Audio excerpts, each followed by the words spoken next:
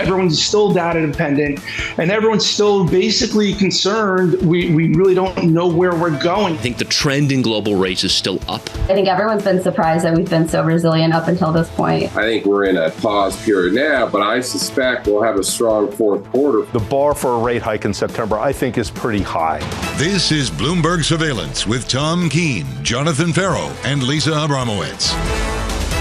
Live from New York City this morning. Good morning, good morning. For our audience worldwide, this is Bloomberg Surveillance on TV and radio alongside Tom Keene. I'm Jonathan Ferro, together again this morning with Katie Lyons. Your equity market just about negative on the S&P by 0.2% on the S&P 500. Busy start to Wednesday on Hurricane Watch down in Florida. We'll catch up with our meteorologist a little bit later this morning, about 30 minutes from now. An ADP report just around the corner this morning as well. And Tom, we've got a question. I've got two. Based on the data of yesterday and this morning, have we shut the door to a Fed hike later this month?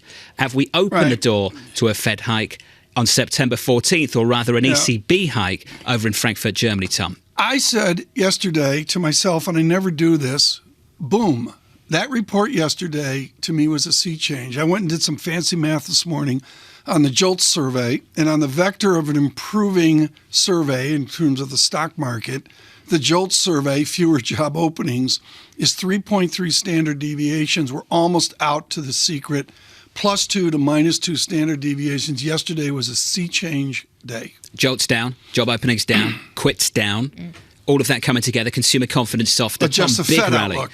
Big rally in the Treasury market right across the curve, particularly on the 2-year. Somewhat continues today. You don't see it in the equity market right now. Futures -7. But, John, you got to come in on the real yield where I've been looking.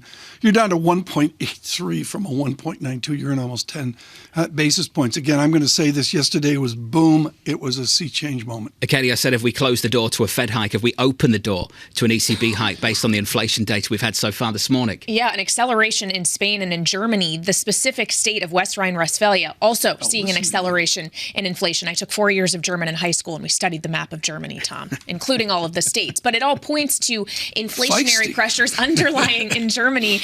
That could mean that the ECB does theoretically have to make a move. If we're talking about inflation tomorrow, which looks like it could be in the ballpark of around 5%, we're more than double target. Where's the inflation tomorrow in Europe? What report do we get in Europe? All Euro area. All Euro. It's a big 24 hours. It's day 3. Katie's sick of you already, TK.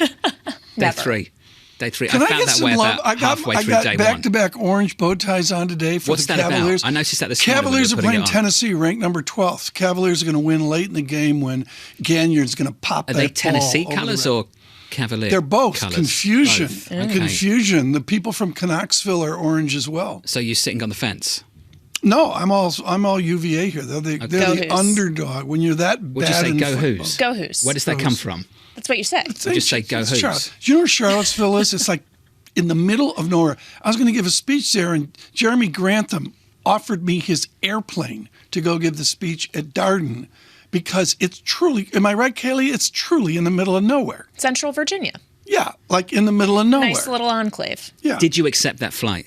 No, I did not. Because you shouldn't accept those I know, flights. I shouldn't accept. I had to get it cleared through Bloomberg. And it's very important. I decided not to get on that private airplane. Futures on the S&P 500, negative this morning by 0.16% on the S&P 500. In the bond market, yields a little bit higher by 2 or 3 basis points, 414.72.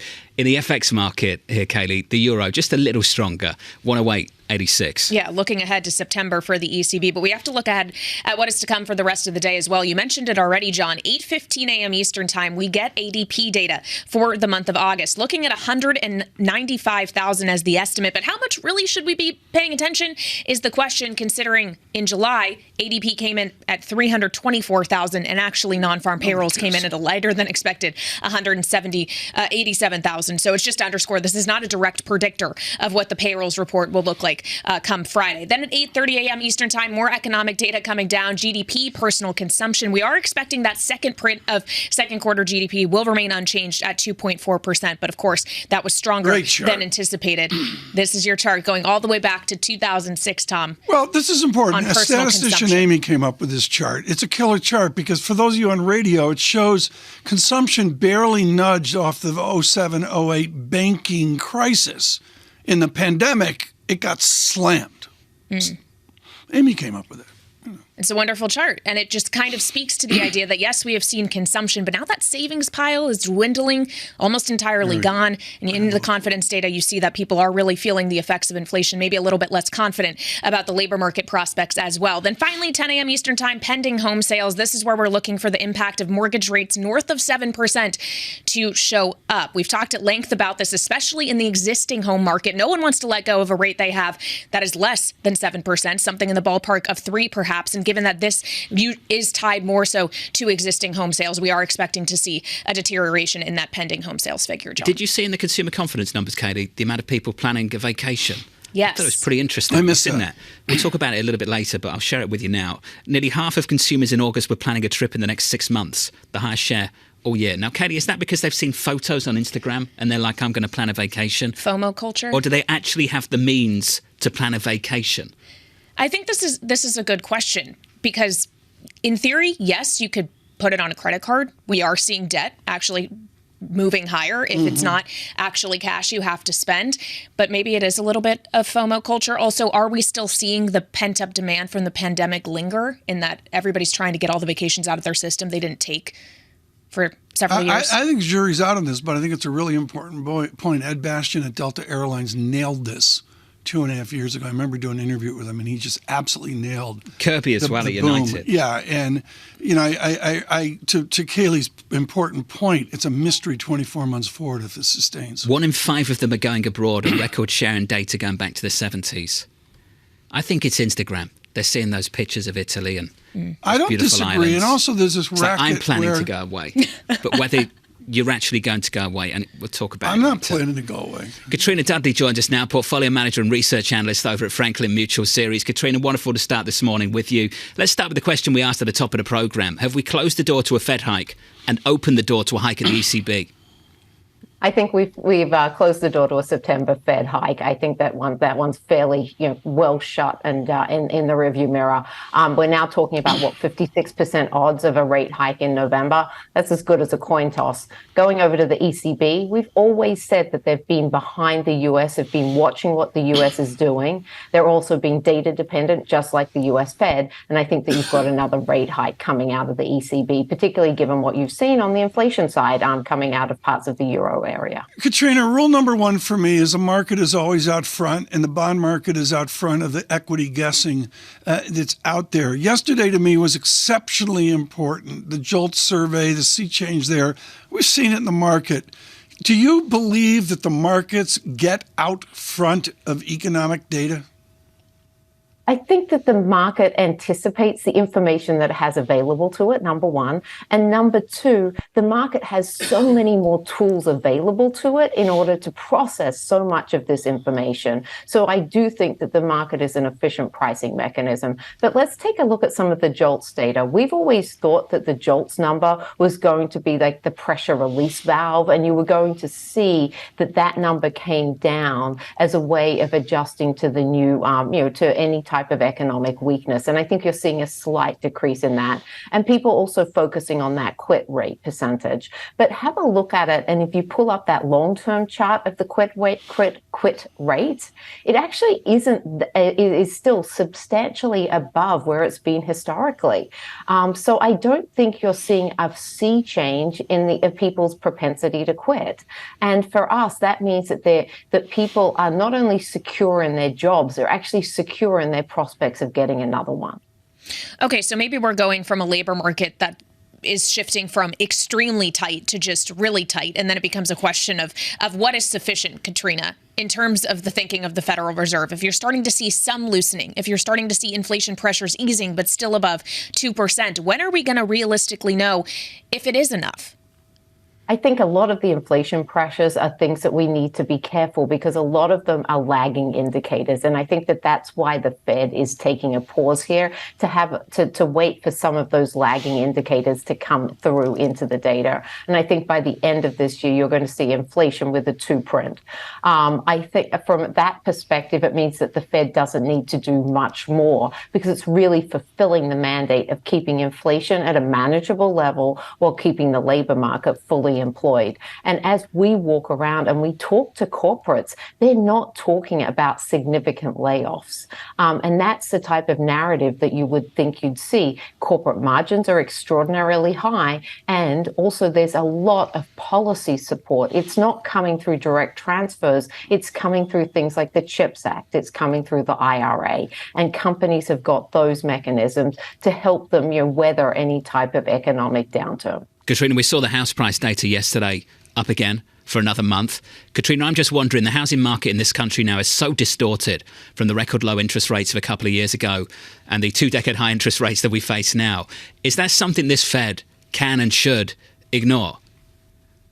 I think that the Fed can't ignore it. But when you've got a very tight labor market, you will see people able to move houses. And they'll do that for the job. And they'll do it with the idea that the increase in salary that they're getting is going to more than compensate them for the higher mortgage rates. In terms of the rest of the labor market, yes, I do think that people are going to be a little more stuck in place versus, much more mobile of a workforce. But you need to offset that stuck in place trend that we've always feared in the past against the fact that Zoom and other technologies are making it so much easier for people to be nomadic workforces. So I think that from our perspective, yes, you've got a very strong housing market. You don't have much new home supply. On the existing home supply, people are staying in their houses. And so I think that, things are starting to work themselves out. The heritage of Franklin Templeton, Katrina, is the balance between value and growth. Is there growthiness right now in value? I think in terms of value, where we're seeing value is in companies that can grow cash flow. And that's the big difference between a growth investor that's focused on revenue growth and the type of growth that Sir John Templeton spoke about, which is the growth in a company's cash flows. And that growth can come from so many different areas. It can come from reducing CapEx. It can come from improving margins. But that's what we tend to focus on. And we look at what the valuation of those forward cash flows is. And that's how we actually go about stock picking here at Franklin. Katrina, thank you for the update from you and the team. Katrina Dudley there of Franklin Mutual. Off the back of some job openings data in America yesterday and regional inflation prints this morning over in Europe, a conversation about what happens at the ECB September 14th and the Federal Reserve later on next month on September 20th. An update I wanted to share with you all in the last hour from the US National Hurricane Center on Hurricane Idalia, strengthening into a Category 4 storm, heading to make landfall later on today, Tom. Maximum sustained winds reached 130 miles per hour. They're referring to catastrophic storm surge that could come a little bit later, TK. Big numbers. I've lived this directly. There was a hurricane years ago called Hurricane Bob, and I was in the absolute heart of it. And there was the storm surge. It was about the height of a hockey goal. And they're talking much bigger surges here.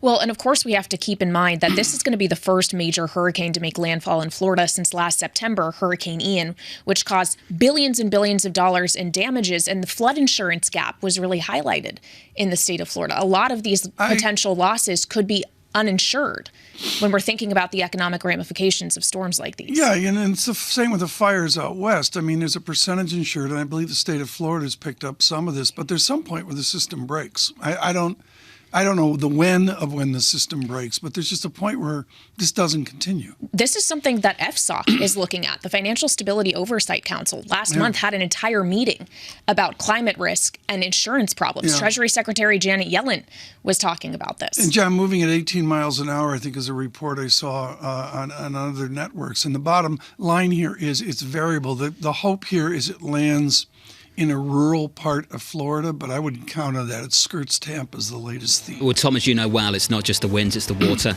As much as 16 feet of seawater could be pushed on shore north of Tampa. Huge number. And 6 feet could slosh across Tampa Bay, according to our latest reporting. We'll keep an eye on that for you. As I say, we'll catch up with our meteorologist in about 15 minutes from now. Coming up in the next hour, Margie Patel of Allspring Global Investments as we continue to beat the drum going into payrolls on Friday. From New York City, good morning.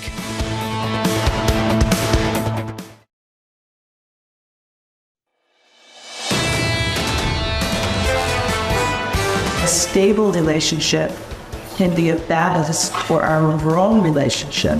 A stable economic relationship is good for America, good for China, and good for the world. I'm looking forward to our discussion today to discuss some concrete ways that we might be able to work together to accomplish business goals and to bring about a more predictable business environment, a predictable regulatory environment, and a level playing field for American businesses here in Shanghai.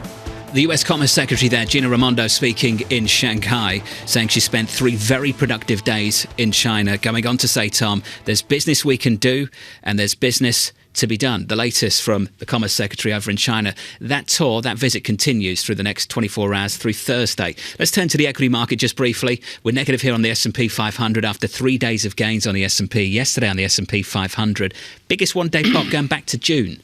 Right. Decent dev gains, Tom, on the equity market. Treasuries rallying really hard in yesterday's session off the back of that job openings figure. Job openings coming in much, much lower than anticipated. Today we bounced back by a couple of basis points, Tom, on a 10-year, 414.32. It came off the bottom here a number of days ago, up, up, up. We've gone through the moving average that I use. 4544 is my 2 standard deviation move on SPX, and we're there now, and it's been a 3-day vault is how I would put it. Is it a gaff blip? Is it a melt up? No, but it's got some huge oomph to it with this sea change that we saw in jolts. That data, Tom, fuel for the doves going into September. Massive. 20th, massive fuel. I haven't mentioned this yet. The Bloomberg Financial Conditions Index became ever more accommodative off of that. This is going opposite to what I believe we heard in Jackson And the Hole. surprise index starting to roll over just a little bit. Look, this can all change in the next couple of days. We get an ADP report that people say they don't care about. Then they care about it when we get big numbers, Tom. So look out for that later this morning. Then it's claims tomorrow, payrolls on Friday. Let's see where we are on Friday. But so far, so good based on what we heard yesterday, what we saw in the data. When the facts change, I change. I think everybody feels that way. Of course, Jerome Powell's the one that matters, but I'm sorry, I got a vault to the market up to the moving averages. We'll see what happens today. Right now, futures -6. Monthly loss, just under 2% on the S&P. I don't know what the kind of nothing. I mean, you said that yesterday. You like this tie? This one's more orange than the It looks just like the one yesterday. No, it's except different. it's smaller. No, it's small. It's smaller. This one's more regal, aligned. More regal. It's like, I feel like you've done a better job at that this morning, Tom. Well, I did. I was sober. It looks smart. Joining us right now, Leslie Benjamin joins us out of U.S. and America's program at Chatham House with a wonderful transatlantic perspective here on where we are. Leslie, I don't know where to begin other than we just observed on television and radio the Secretary of Commerce of the United States of America speaking platitudes, not to demean Gina Raimondo, but platitudes to a stony, silent Chinese audience. What are we doing in China on this 4-day junket? Well, this is clearly part of an ongoing, very concerted effort by the Biden administration since that secret trip that the CIA director, Bill Burns, took to try and bring back diplomacy to this relationship. You listen to the U.S. Ambassador Nick Burns. He says for the first 15 months that he was in his current position, there was no diplomacy there were no trips, no high-level trips by U.S. officials to China. So, the basic point here is really to get some guardrails around this relationship. And as we move from, Secretary Blinken into the economics focus, it's really a signal that there's got to be some mechanism for restoring and maintaining trade at a time when it's being heavily focused on security, when China's rightfully very concerned, and when there's intense domestic pressure to take a much harder line, at least from Congress. Dr. Vinjamuri, everyone in your racket has to be respectful of Elizabeth Economy. She is traveling with Raimondo with all of Liz Economy's work on China. And one of her core themes is she is not nearly as entrenched as people think. Is there any fragility you observe to his federal power in Beijing? There's certainly lots of concern within China about what happens if the economy proves to be as uncertain and unrobust as it's seeming to be relative to past years. So there's plenty of concern there. And from a U.S. perspective, and again, going back to this trip, it's not in the U.S. interest. It's not in the interest of the G7 or the West to have China do poorly. And that's actually quite a hard message to communicate to many people back in the United States and back in the UK. These economies, as we know, are highly integrated. And if you listen to the Commerce Secretary, she said there's only 1% of that volume of US-China trade that's actually affected by the various export controls that the Biden administration is pursuing. So part of this is, clearly to maintain that engagement for the sake of Western economies and especially for the U.S. But it's also to reassure those in China that the aim of the restrictions that are being pursued is not to drive the Chinese economy into the ground at all, but to try and restore the health of that relationship at a time when investor confidence, when U.S.'s businesses are increasingly concerned not only at what they're facing from the U.S., but very much what they're facing from the Chinese government. So, Leslie, and we've heard this from the Commerce Secretary repeatedly on this visit, this idea that U.S. policy is not aimed at holding China back. You're seeing that messaging being relayed internationally with counterparts in Beijing. And yet at home, you have much more hawkish language, both on the campaign trail in Congress from President Biden himself. How are these two things balanced? Ultimately, the need to go hard on China at home, but try to be friends abroad. This is very difficult because, unlike all of us who are watching China and can't get as much access as we might like to have, the Chinese Communist Party and the Chinese more generally are watching the debate in the U.S. They can see Mike Gallagher on Fox News saying, why is the U.S. Commerce Secretary in China?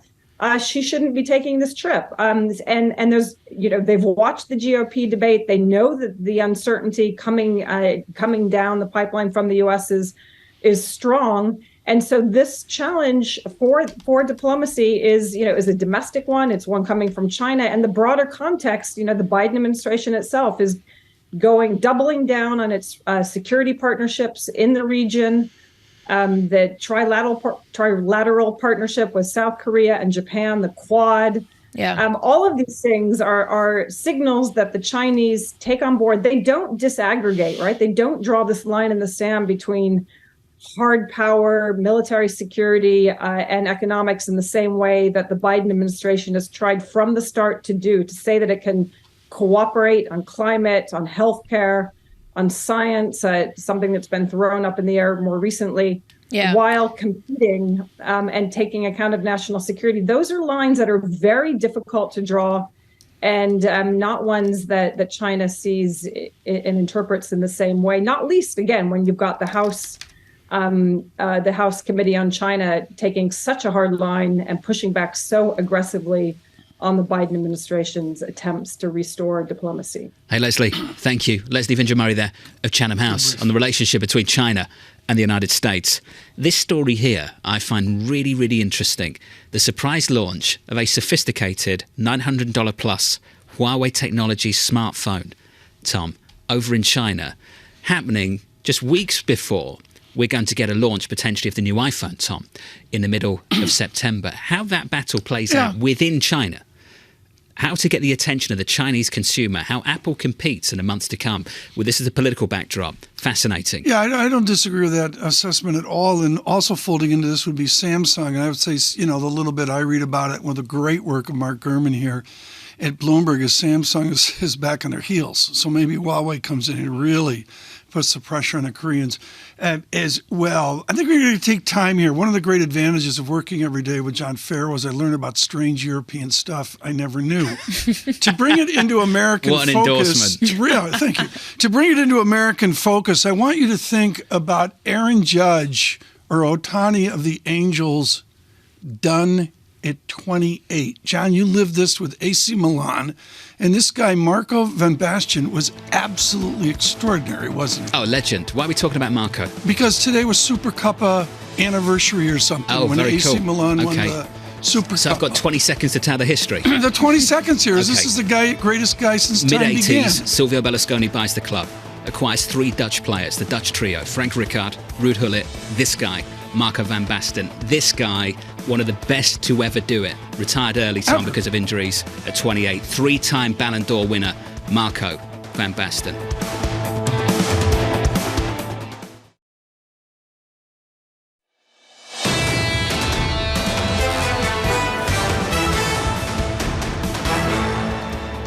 Let's get to the price action for you following the biggest one-day pop on the S&P 500 since May on the Nasdaq. The Nasdaq this morning negative by 0.2%. On the S&P 500, we're negative by 0.1. I'll get you a hurricane update just briefly in just a moment, but let's get through the price action first. On the bond market, 2-year, 10-year, 30-year, 2-year, 6 consecutive sessions of closing above 5%. Broke yesterday. The 2-year aggressively lower, yields down off the back of job openings in America, aggressively down on the previous month. Your 2-year right now higher by a couple of basis points, but only back to 491.29. Now, if the data in the United States so far closes the door on a hike from the Federal Reserve on September 20th, does the data out of Europe open the door for an interest rate hike a little bit later? Let's talk about the FX market. The euro just a touch stronger today, 108.84. We're positive there by 0.04%. Under surveillance this morning, the busy week of data continues in the labour market. ADP job numbers due out 8:15 Eastern Time, 1 hour and 45 minutes away, Tom. Off the back, of course, of those numbers yesterday, job openings declining to the lowest figure, TK, since early 21. I don't know what to do with ADP. I know it's redone, it's rejiggered, it's off payrolls right now as well. And maybe I'm going to look at second look of GDP and the core PCE statistic that comes out as well. Those are all at 8:30. It's a nonstop data flow here into Friday when you're not working. Just dropping that one in. Just dropping that one in. Let me squeeze this one in as well. German CPI out a little bit later. That coming in about 1 hour and 30 minutes time. The regional figures popping a little bit higher. We were looking for a year-over-year move lower. Tom, the regional figures we've had so far indicating maybe an upside surprise on Germany after Spanish inflation accelerated for a second straight month going into September 14th in the ECB meeting. My focus from a distance, I didn't get to bring this up enough at Jackson Hole, is this word eurosclerosis. Are we done? Have they reached beyond that? Are they to a better unemployment regime in Europe than they were before? And I just wonder the mix of European data out 2 years, 3 years, to me, it's a complete mystery. And Tom, I wanted to finish on this. We're following this story in great detail over the last 24 hours and will be no doubt for the next few days as well. Tom, officials upgrading Hurricane Idalia to a Category 4 storm. Winds topping 120 miles per hour as it approaches Florida this morning. There was Camille of 1969, there was Hugo of 1989, and with historical perspective of where we are off the coast of Western Florida, our wonderful Rob Carolyn, he is a king of non-hysteria. He doesn't stand in the water in stupid boots and tell us what's going on. He just looks at what the weather technology says. Rob, what do the scopes say this morning? Well, the storm's going to make landfall within the next half an hour to 45 minutes, Tom, just northwest of Cedar Key in the Appalachia Bay area of the Big Bend. It's going to go in with winds probably over 130 miles an hour as a moderate to strong Category 4 hurricane. Puts it on the same scale of Hugo. The difference is this is a much smaller, compact storm than Hugo. The hurricane force winds only extend 25 miles out from the center of circulation.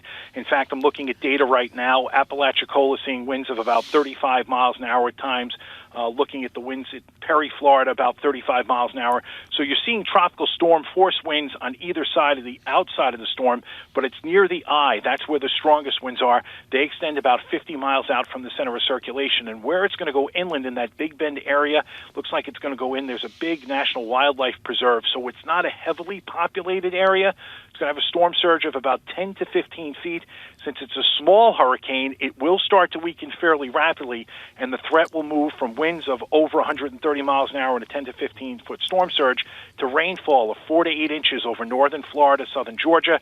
We worry about flash flooding later today, also the potential for isolated tornadoes across North Florida into southern Georgia, and then heavy rains later this afternoon and tonight into tomorrow for the eastern Carolinas. Rob, you draw a distinction between power and size. The power is comparable to Hugo. Can you just tell us how the size compares to recent hurricanes? Is this something we're used to in Florida? Well, this is one of what's going to be 15 storms that have been a Category 4 or 5 to strike the Florida Peninsula since the 1850s. So they have seen storms like this. In regards to, let's say, Ian last year, which hit Fort Myers, this is a smaller storm. So even though it's a little bit weaker, because it's smaller, it's going to fall apart more quickly. So the damage from the wind and the storm surge won't extend as far inland as what we saw with Ian. We had big problems with Ian into southwestern Florida. This will drop off much more quickly, the winds, and the threat then becomes heavy rain for northern Florida and southern Georgia. Rob, off your remit, you are the weather pro. How do you respond to our insatiable desire to keep building in the path of hurricanes? I mean, when do we wake up? I don't know, Tom, if we ever do wake up, because people love that view of getting up in the morning, looking out the window and seeing the ocean. You and I discussed this yesterday, and I think the big problem becomes the insurance companies. How much more of these storms are they going to be able to handle on their books?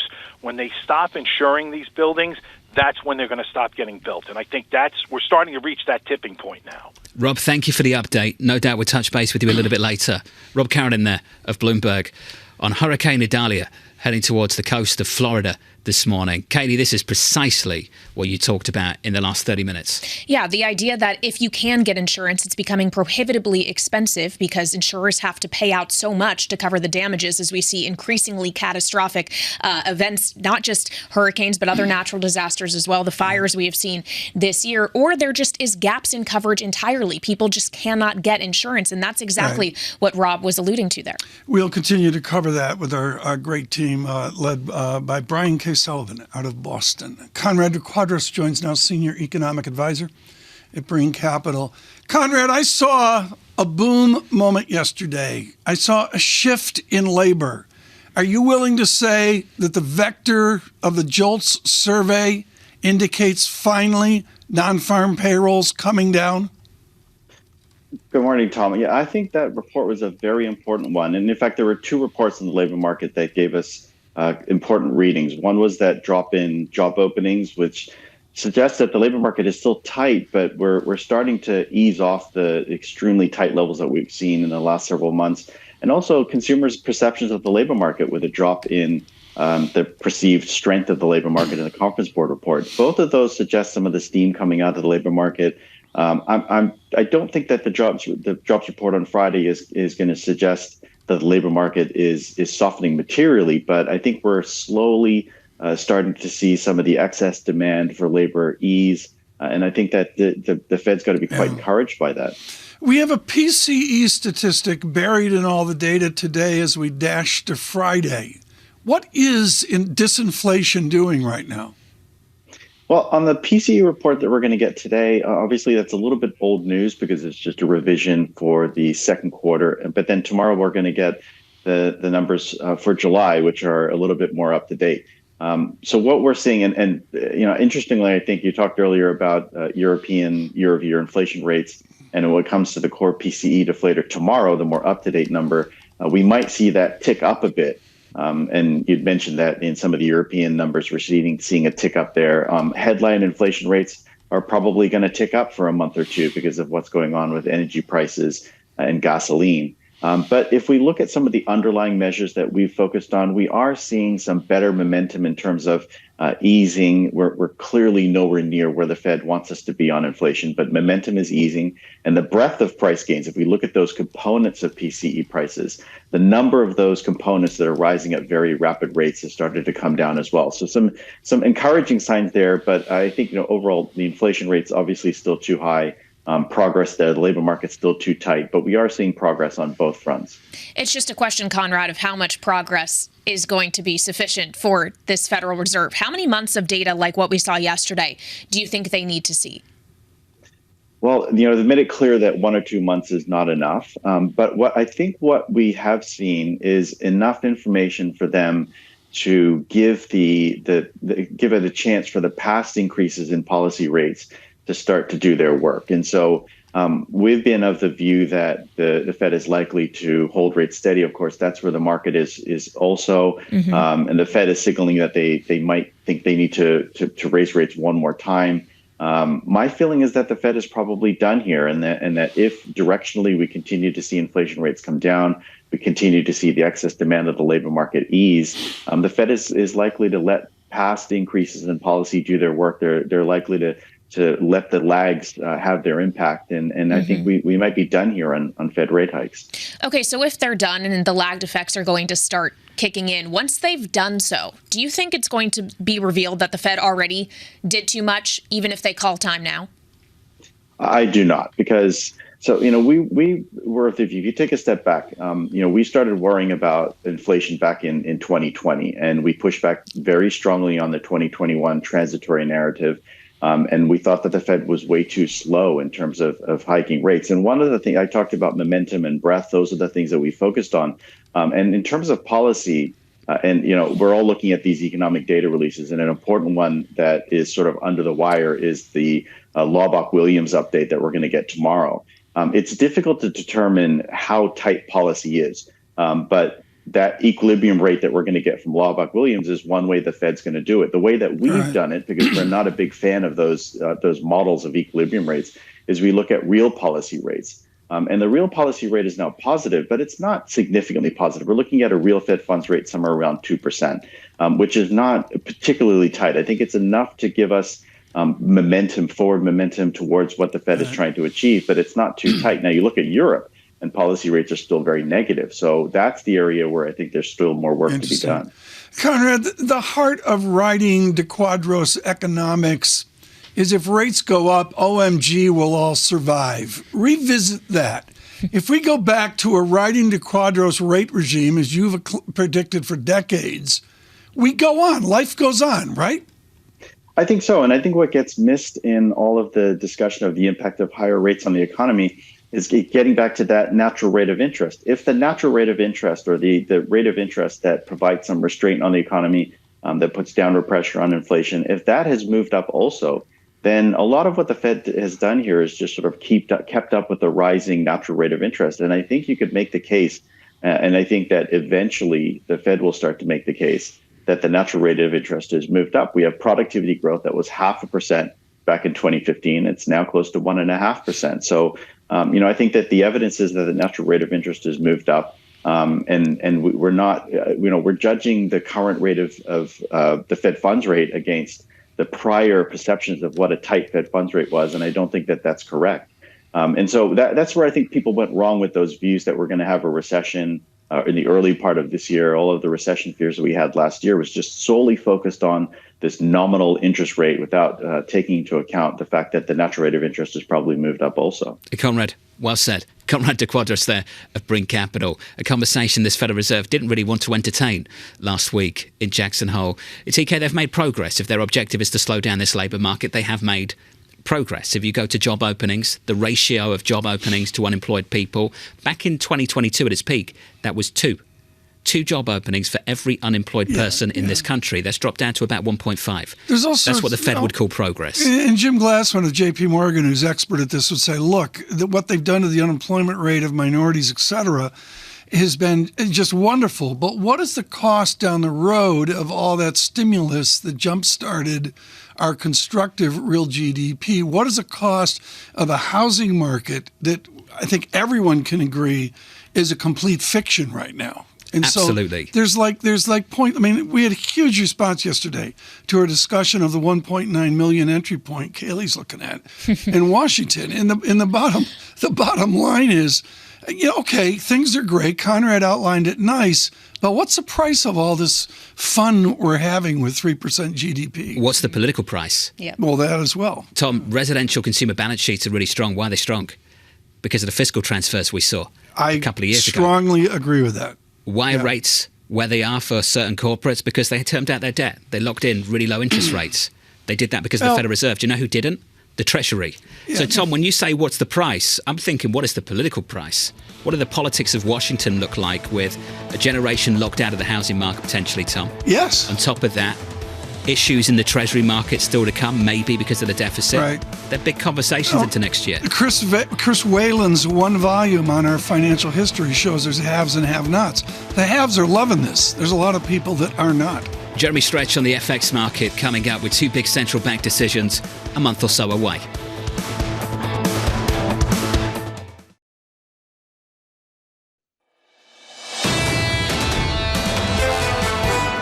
All of these strikes and wage negotiations are a really important reminder that labor supply is still very constrained. Workers do still have a lot of bargaining power for higher wages.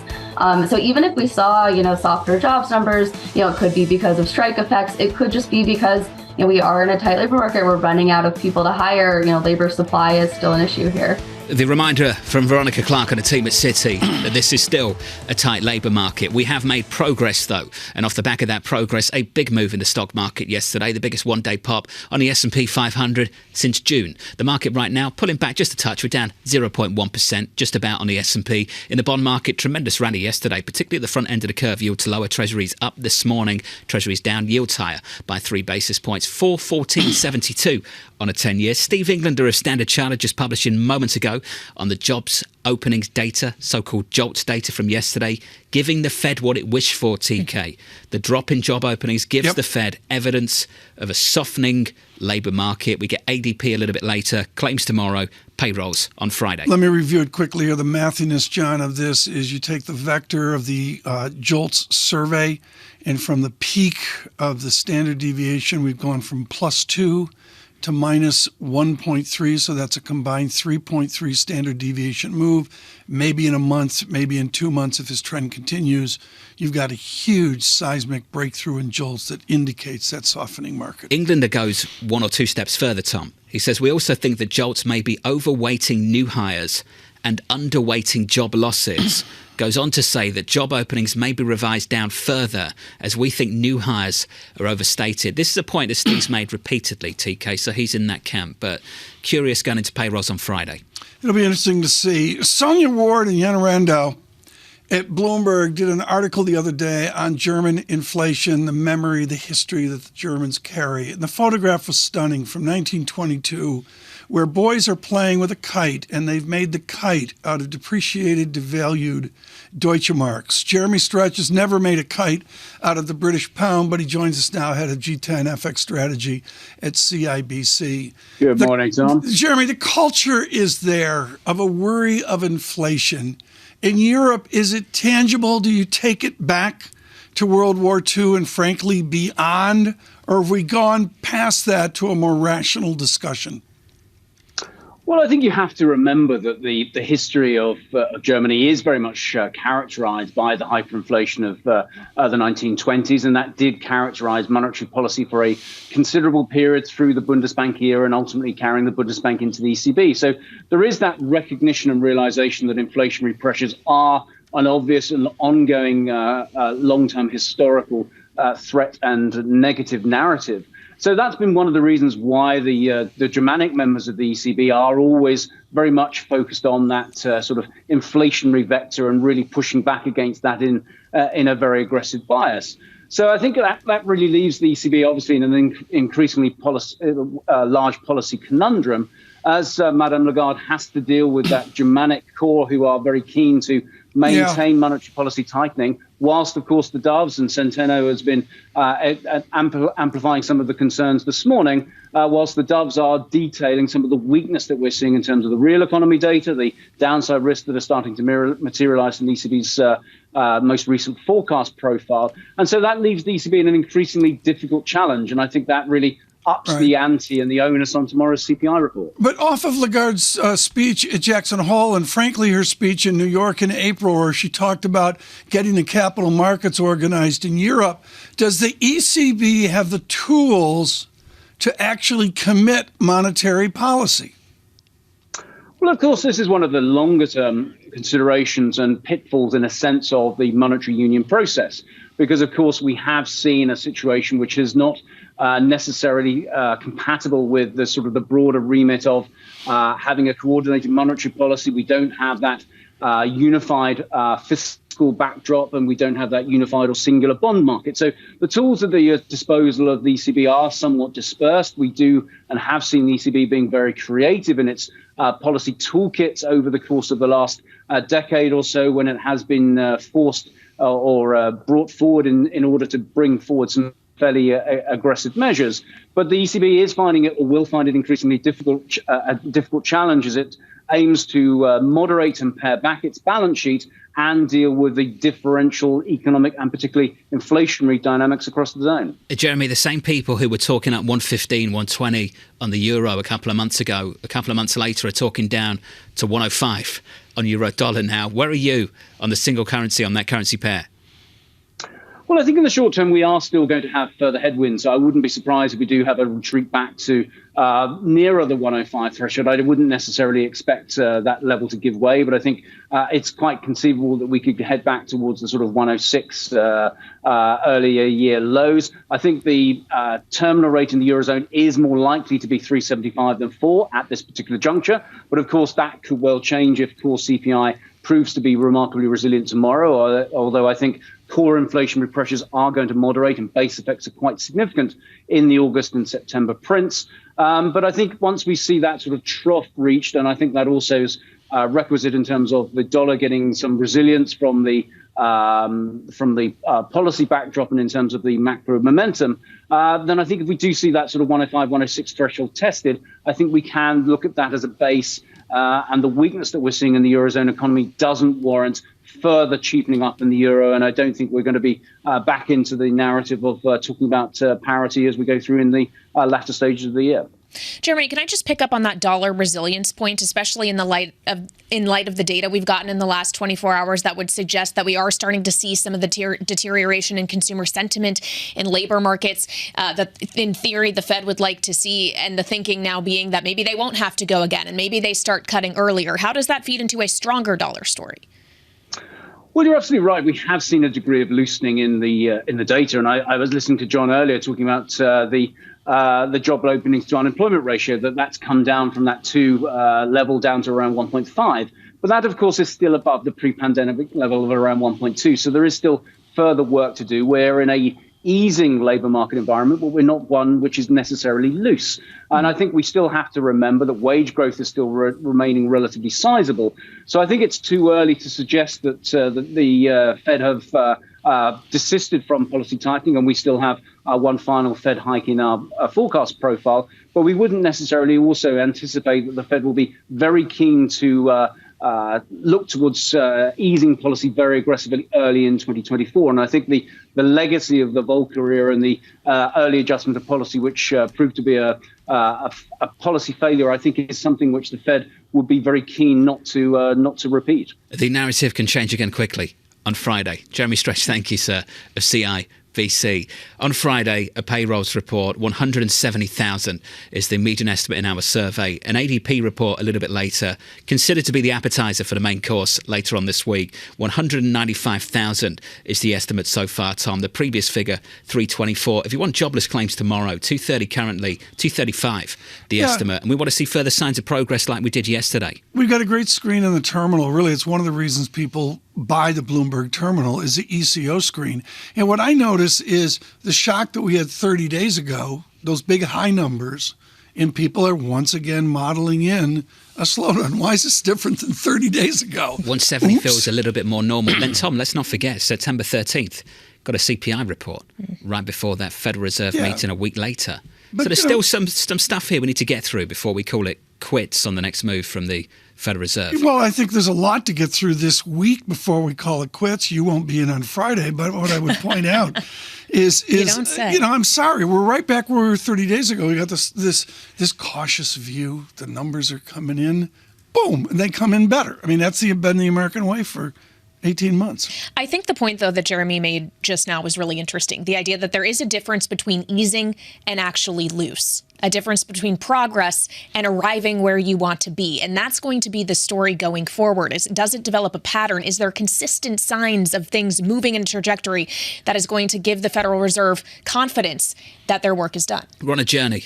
And we're not at the destination yet. There we go. Is that okay? Yeah? Yeah. Okay, good. A journey in cloudy skies with stars and... you got to bring the stars in. With Powell, starry, starry night. You're going to sing for us. Why don't you take a vacation? That's I need a vacation. Why don't you take a day off? Mike called me up yesterday. He said, take a vacation. Take a day off. John, Monza this weekend. I mean, I assume you're flying over to Monza. That's why you're not in Friday. I wish. It's like a really old course. I mean, are the cars too big for Monza? No, they made a lot of improvements. Is it like James Garner at Monte Carlo? It's like wicked narrow? Not quite. But Ferrari are in a world of trouble, Tom. They've got to fix this. They like have to, it's the mother country. They got to win it. We're talking about maybe finishing 4th or 5th in the Constructors' Championship, which is just Is it shocking. engineering? It's just Red Bull's out engineering? Strategy, aero, I know everything. what I'm talking about. Everything. Aston Martin is green. Thank you. If Ferrari had Red Bull's car, they'd still screw it up based on what I've seen, okay?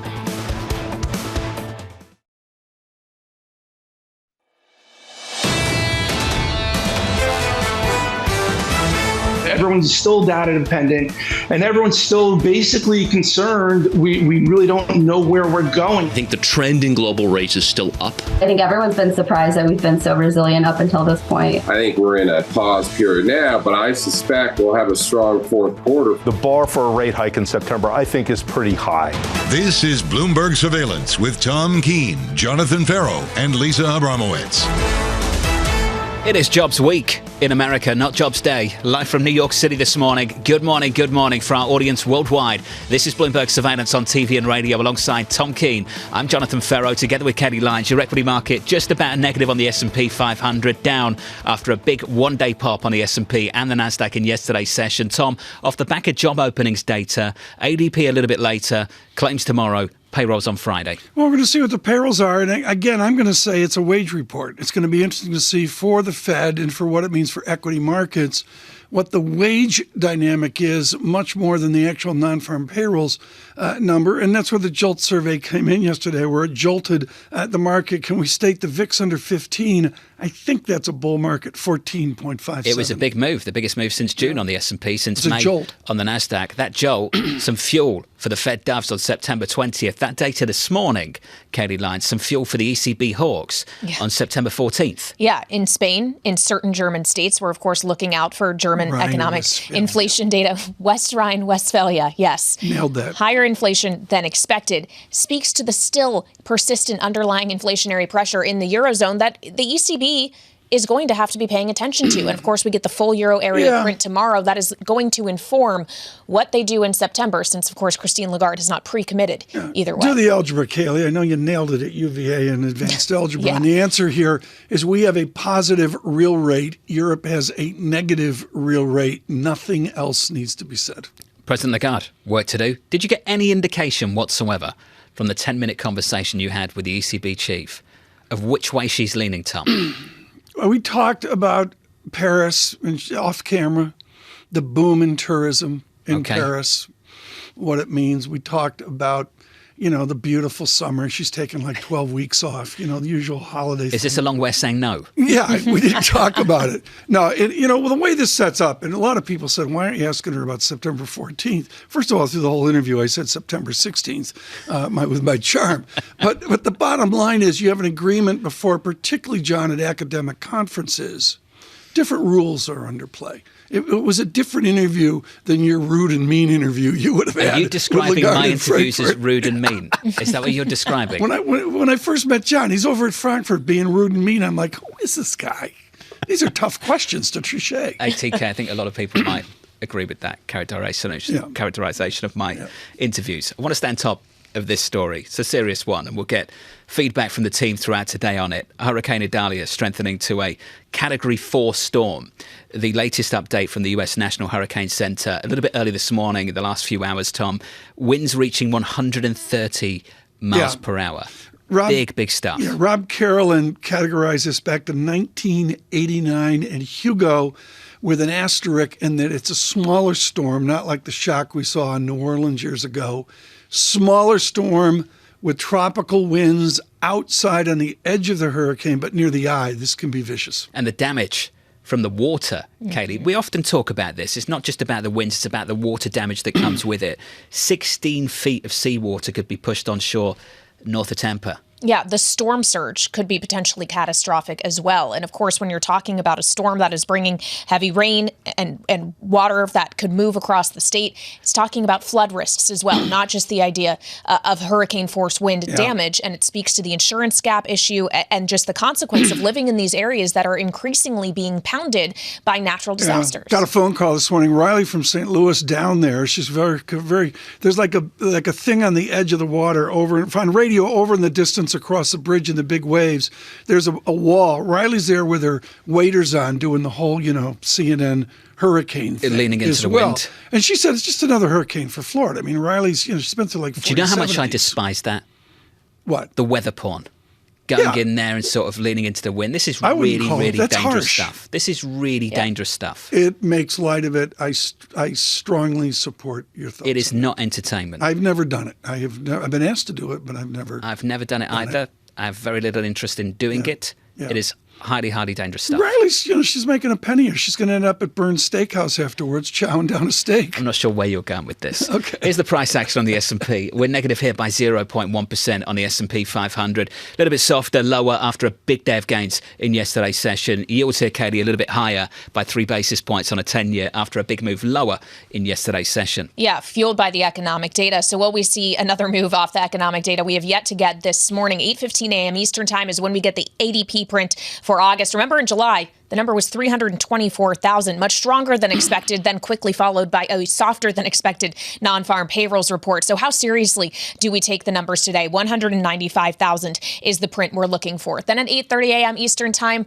another slew of economic data coming. Personal consumption is one of the figures we're getting, as well as the second print of second quarter GDP. We're expecting it to remain unchanged at 2.4%. But what does consumption and consumer power really look like in this economy at this point, as we saw a softening in confidence data yesterday? Then finally, 10 a.m. Eastern time, pending home sales. Interesting to contrast this potentially with the headline that just crossed the Bloomberg on mortgage applications. Actually rose 2.3% last week, even as we're looking at rates well north of 7%, 7.5%, what we're actually looking at here. So what is the impact ultimately, especially in the existing home market that is still incredibly low in terms of inventory, no one wanting to let go of the mortgages they have? How does that factor in to pending home sales? Katie, thank you for the update. Joining us now is Margie Patel, Senior Portfolio Manager at Allspring Global Investments. Margie, big day of gains yesterday.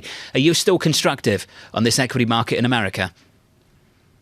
Yes, I think we'll have a strong finish to the year, maybe more moderate returns than we've had year to date, but still a positive return because the economy is still pretty strong. Margie, I look at where we are on free cash flow. In the heart of the matter is there's a generation of people that don't know the rate structure we're in right now. You and I have lived it. Can corporations generate free cash flow and dividend growth from it in this interest rate environment? Oh, yes, because I think interest rates is just a small part of their costs. If you look at companies since the financial crisis, they have restructured their balance sheet, locked up fixed rate, low rate money. And so I think they're really rather impervious to these increases in rates. I think that's one of the things that's fuzzled the Fed. But I expect they'll continue to maintain profit margins. I like the idea of impervious as well. If I'm a CFO, how do I change my issuance given this high environment? Do I extend out duration? Do I stay short? What do CFOs actually do in a real rate environment? Well, I think most of them have already done that. For the last 5 years, particularly in the high yield market, we've seen more than half of all the issuance being to extend maturities, pay off bank debt, refund or pre-refund issues coming due in the next couple of years, a so-called maturity wall. So I think most companies really don't have the need to borrow new money. They have enough liquidity on their books to handle their own needs. Well, when we talk about the companies and their borrowing needs and just their financial position, Margie, what is the default cycle actually going to look like when they, to this point, have remained incredibly low? There is growing calls for a soft landing. You seem to think that everything is still looking relatively strong here. Does that mean that there's not that much risk in riskier debt? I think particularly in the public high yield market in the U.S., that market is going to continue to have very, very low default rates. Right now, the default rate in the U.S. is a little over 3%. In the loan market, it's higher. It's over 3.5% because a lot of the poorer quality issues finance there rather than the high yield market. But as I said, most high yield companies were very prudent in the last decade, and they simply extended maturity and they've improved their balance sheet. And so the quality of the high yield market is good, and I think defaults will stay low. That's why yield spreads have stayed pretty narrow. Margaret, isn't there a day of reckoning next year if this Federal Reserve isn't cutting interest rates? For those companies that pushed out that maturity wall, termed out their debt, don't they have to start reissuing in 2024? I think most companies have a couple years before they have to worry about liquidity. So I don't think there's a real risk that companies aren't going to be able to refinance. And once again, is there access to money rather than the cost of money? I think at the margin, not that many corporations are going to need net new money because of maturities in the next year. With that in mind, if higher interest rates aren't going to bite corporates in America anytime soon, doesn't that just extend the cycle, Marky, and keep rates high for even longer potentially? Well, I think it keeps the economic cycle going. And really, I think the puzzlement has been, where's the recession? And there's no recession in sight because everything in the economy in the U.S. is really pretty well balanced. People aren't affected by this big increase in short rates. And really, right now, the 10-year is, 4.25? Maybe it'll drift up to 4.5. Those aren't exactly the sort of rates that choke off economic growth. So if I've got a nice pool of cash right now, should I be worried about the reinvestment risk down the road, or should I just sit there in a 2-year in T-bills and relax and know that rates are going to be there next time I need to reinvest that money? Well, I think it's likely that we'll see short rate, well, certainly much higher than they've been for the last decade of near zero. So yes, I think there'll be much more of a return for investors short-term oriented. But really, if you say the yield is, say, 5.25, something like that in risk-free assets, and the cash flow yield of corporations is maybe 5.5, 5.75, that says to me you're better off taking the volatility and looking at equities or high-yield bonds, which have a lot more to offer than short-term risk-free assets. Margie, thank you. Margie Patel of Allspring Global Investments. On where to put your cash right now, TK? Well, you're in cash right now because you're loaded up for your conventional 8,000 shares of ARM, right? Is that what I'm doing? Yeah, I mean, you know everybody in the city. You've made the. What was that calls. shoe? What was the Birkenstocks? I'm waiting for that. Yeah. When is that? Are they going public too? I did not know this. So. Sort of laying the groundwork for that to happen. The ARM IPO, I mean, it harkens back to a time where I actually did this on Wall Street. I guess I believe there's some interest in it. They're actually going to pull it off. It's a pretty unique IPO given the history of the company. Agree. It's not like some new start-up that's been around in private markets for a couple of years. Help us here. Neither of us know what we're talking about. What a shock. I mean, obviously, it would be a massive one. But to John's point, this one is a little bit of a unique situation. I think, is it a sign of revival in the IPO market? Maybe this one not so much, though Instacart, potentially. I think well, that's this one company, of those just for the record, private companies I used to cover this company when it was listed in London. Yeah, used to do the quarterly earnings reports, used to catch up with the CEO, Simon Segars. But now this is about Japan and SoftBank, right? Precisely. Yeah. Right. Bought the company and now taking it public. So what's the Instacart story? It's going to go public. We've been waiting a long time to see a revival in companies re-entering public markets. Is Instacart groceries or is it like Uber Eats, like food? Like both. Both? You've not used that before? No, I've Let's never move on. used This conversation's dead. Okay. That's our IPO discussion. We're sophisticated. The latest update from the US National Hurricane Center. A couple of hours ago, we were told that Hurricane Idalia strengthened into a Category 4 storm. The latest information I can bring to you is that it's been downgraded to a Category 3 storm, according to the National Hurricane Center. Much more on that in just a moment. If you're just joining the program, welcome. Your S&P 500 negative by 0.1%. In the bond market, Tom, yields higher by 3 basis points, 4.1530, and tons of economic data this morning and through the rest of this week still to come. Let's look at some other things we haven't touched on today as well. I'd look at Brent crude with an 86 print moments ago, 85.94. Really watching that towards a $90 a barrel. We're not there yet, but I just think it's on my radar. Swiss franc hasn't given me any angst here. It's fear-free on a recent basis. And the yen, 146.38, John, pulls away from that weak yen, 147. Maybe a more constructive global tone around the jolt shock yesterday. Please, you mentioned crude, Tom. On the month, equities down, but energy equities just about positive on the S&P 500 for the month of August. And that, TK, with all of these slowdown fears. They won't come back. All of these slowdown fears taking place over in China. And there you go, just a little bit of a nudge higher. I sort of equate the non-pullback in energy as I do with a spread market. Bramo's like way more up to speed on that than I am. But spreads haven't pulled back. I mean, that's all there is to it. And this is maybe the market telling us that we're going to get to a constructive place down the road. Well, Tom, you mentioned it. I know. The signal you take from what's happening there. They're in my ear. I don't have a clue. China. They're in my ear. They're like iron ore. You've got noise? They're like Singapore. Singapore iron ore. Okay. Mention Singapore iron ore. People tell you what to say? Oh, yeah. Do they? All the time. I don't get that voice. Yeah, I got 2 interns. You get supervised by interns. I got interns. Yeah, one's from UNC and one's from Duke. This explains a lot sometimes. It does. Peter Chev Academy in the next hour from New York. Good morning.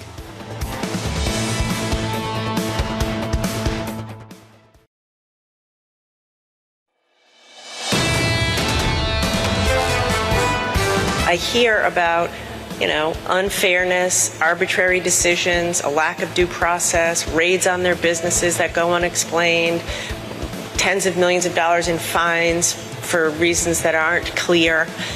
And so my point is that action speaks louder than words. And as long as that is happening on the ground, that makes it very risky for U.S. businesses to do business here. Commerce Secretary Gina Raimondo speaking in Shanghai. Day 3 of her trip. It will go to day 4 tomorrow. Tom, those comments happening at the same time that we're reporting here at Bloomberg that China could be hosting Russian President Vladimir Putin in his first foreign trip since a warrant for his arrest on alleged war crimes issued by the International Criminal Court. I was surprised by it. I saw the headline yesterday, and Bloomberg had that breaking news, and of course we've seen the 3-day on to 4-day soiree of the Secretary of Commerce. But I agree that it seems like we're pushing this in an agenda that Anne-Marie can explain. But far more than that, I don't get what the response is. What are we looking for in terms of response by the good team over in Team Beijing? I don't know. Why don't you bring in Anne-Marie, because you're more up to speed on this than I am. AMH, our chief Washington correspondent, joins us in D.C. right now. Anne-Marie, walk us through this. How do you balance this act? The administration is sending over high-ranking officials from the US to China, a country which we're reporting is going to host a leader of a country facing alleged war crimes at the invitation of the Chinese president. AMH, how do you balance those two things? Well, it's difficult for the administration, right? And Karine Jean-Pierre, the president's press secretary, was asked about this yesterday, and she says she's not going to get ahead of a comment on a potential visit by Putin going over to China. What we're reporting is that Putin will make that trip for the Belt and Road Forum that's taking place in October. I'm not particularly surprised that Putin is deciding to leave for the first time since the International Criminal Court has slapped this arrest warrant on him for alleged war crimes, that he's going to China. People speaking to Bloomberg have said Putin wants to make sure he's very safe in the country he decides to visit. Remember, he had to shrug off the BRICS in South Africa. He told Modi he won't be attending the G20. So China looks like a safe place for him to go. Also, remember, just about 3 weeks before Putin decided to invade Ukraine, what we had was his last meeting with Xi Jinping, where they decided to have a new no-limits friendship. I went back yesterday and reread through that readout from the Russian ministry, and they talked about there's really no area that could be forbidden in this relationship with these two countries. We've also seen Xi Jinping go to Russia. So this is a friendship that's only going to tighten him, but it's definitely going to be incredibly awkward for the administration. And it's very awkward for Secretary Raimondo, who was actually in China yesterday when we broke this story. I mean, Anne-Marie, the whole thing is bizarre. If President Trump wins or another Republican wins in November, how does our relationship with China change? I don't see much difference other than maybe you'd get a Biden theater response different from a Trump theater response. They're both on the same page, right? Well, there's a lot of optics and there's a lot of bashing of how each party handles China. Basically, it's who can out-hawk the next one. And that is why the rhetoric is really going to be ramped up before the November 2024 presidential election. But you'd be hard-pressed to find anyone in Washington that doesn't want to take a tough stance on China. And honestly, even if they didn't want to, politically, they cannot. Politically, they must show that they want to be tough on China and hostile towards China. At the same time, the global community and economies around the world want to make sure these are the largest economies, the United States and China, have a working dialogue. And I think that is why what you see the Biden administration or any president, whether Republican or Democrat, is going to have to balance. Yeah, and we continually hear from the administration, Anne-Marie, for all the hawkish rhetoric that is out there, that the U.S.'s aim is not to hold China back economically, that this is just protecting national security interests. That is what they are trying to accomplish. But we were speaking with Leslie Benjamin of Chatham House earlier on in the show. She was talking about how China pays attention to people like Chair Mike Gallagher of the China Select Committee in the House, some of the language that he uses. The administration is not the only voice here, especially when you also have 2024 Republican candidates in the picture as well. How does that complicate the administration's efforts? Well, they can't control, right, what Republicans are saying. I mean, heck, they couldn't control their own Democratic Speaker of the House, Nancy Pelosi, going over to Taiwan, which really was the start of a domino effect of growing tensions between Beijing and Washington. So there's not a lot the Biden administration can control in terms of that rhetoric. What they can do is just try to keep these paths of dialogue open, whether it's Raimondo and her counterpart or Yellen and her counterpart, Secretary of State Antony Blinken and Wang Yi. That's what they are trying to do. And of course, all this potentially could culminate to a meeting between Biden and Xi Jinping, another meeting. There's really only 2 more moments left for the rest of the year for those 2 individuals to meet, because next year it is going to be full-on campaign mode. And Anne-Marie, of course, in Washington, there's always a split focused on what's going on abroad in places like China and what is going on at home in places like today, Florida, where within this hour we are expecting Hurricane Idalia to make landfall in Florida. I know you spoke with Senator Rick Scott of that state yesterday. It raises the specter once again of the conversation around disaster relief. It really started with the fires in Maui just several weeks ago. Now, when it comes to the hurricane as well and supplemental funding, do disasters like this make it easier for the White House to actually get that ask granted by Congress? It does make it easier, but the problem is the supplemental funding that the White House has asked Congress also includes aid to Ukraine. And this also has many Republicans in Congress, some of them infuriated. They do not want these 2 items attached. But we should note, FEMA is in dire need of this funding. Of course, the federal government is going to spend whatever is needed for these disasters. At the same time, they're going to have a deficit, and they're going to have to replenish the disaster relief fund. As of yesterday, the FEMA administrator said the disaster relief fund was at $3.4 billion. Obviously, that is not enough money considering the natural disaster this country is facing.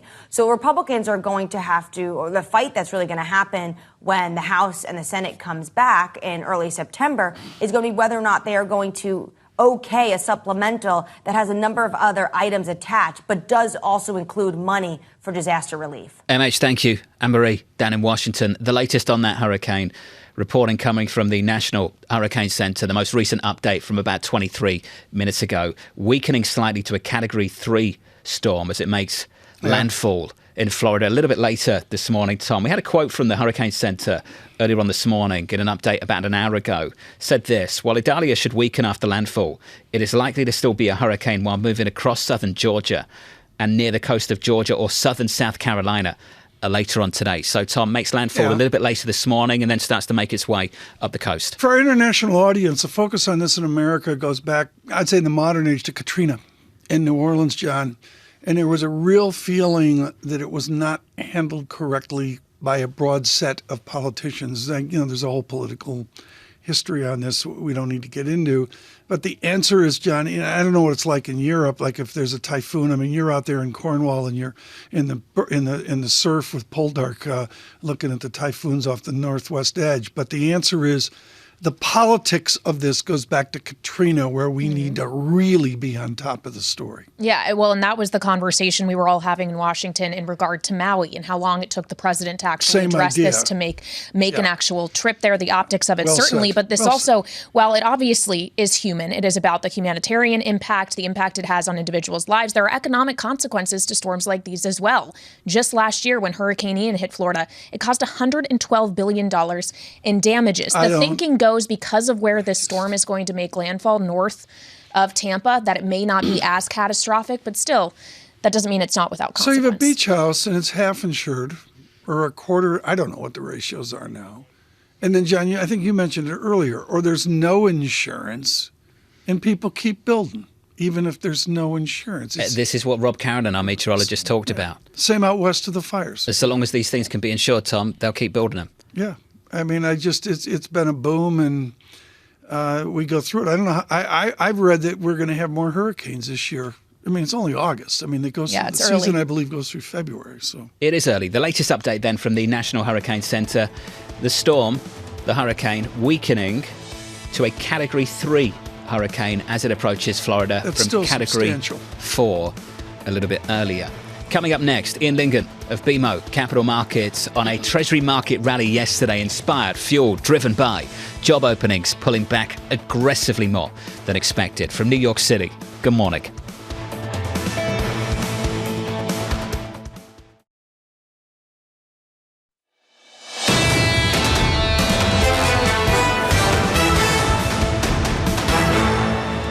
Equities on the S&P 500, really decent day of gains yesterday. Biggest one-day pop, one-day rally going back to June on the S&P.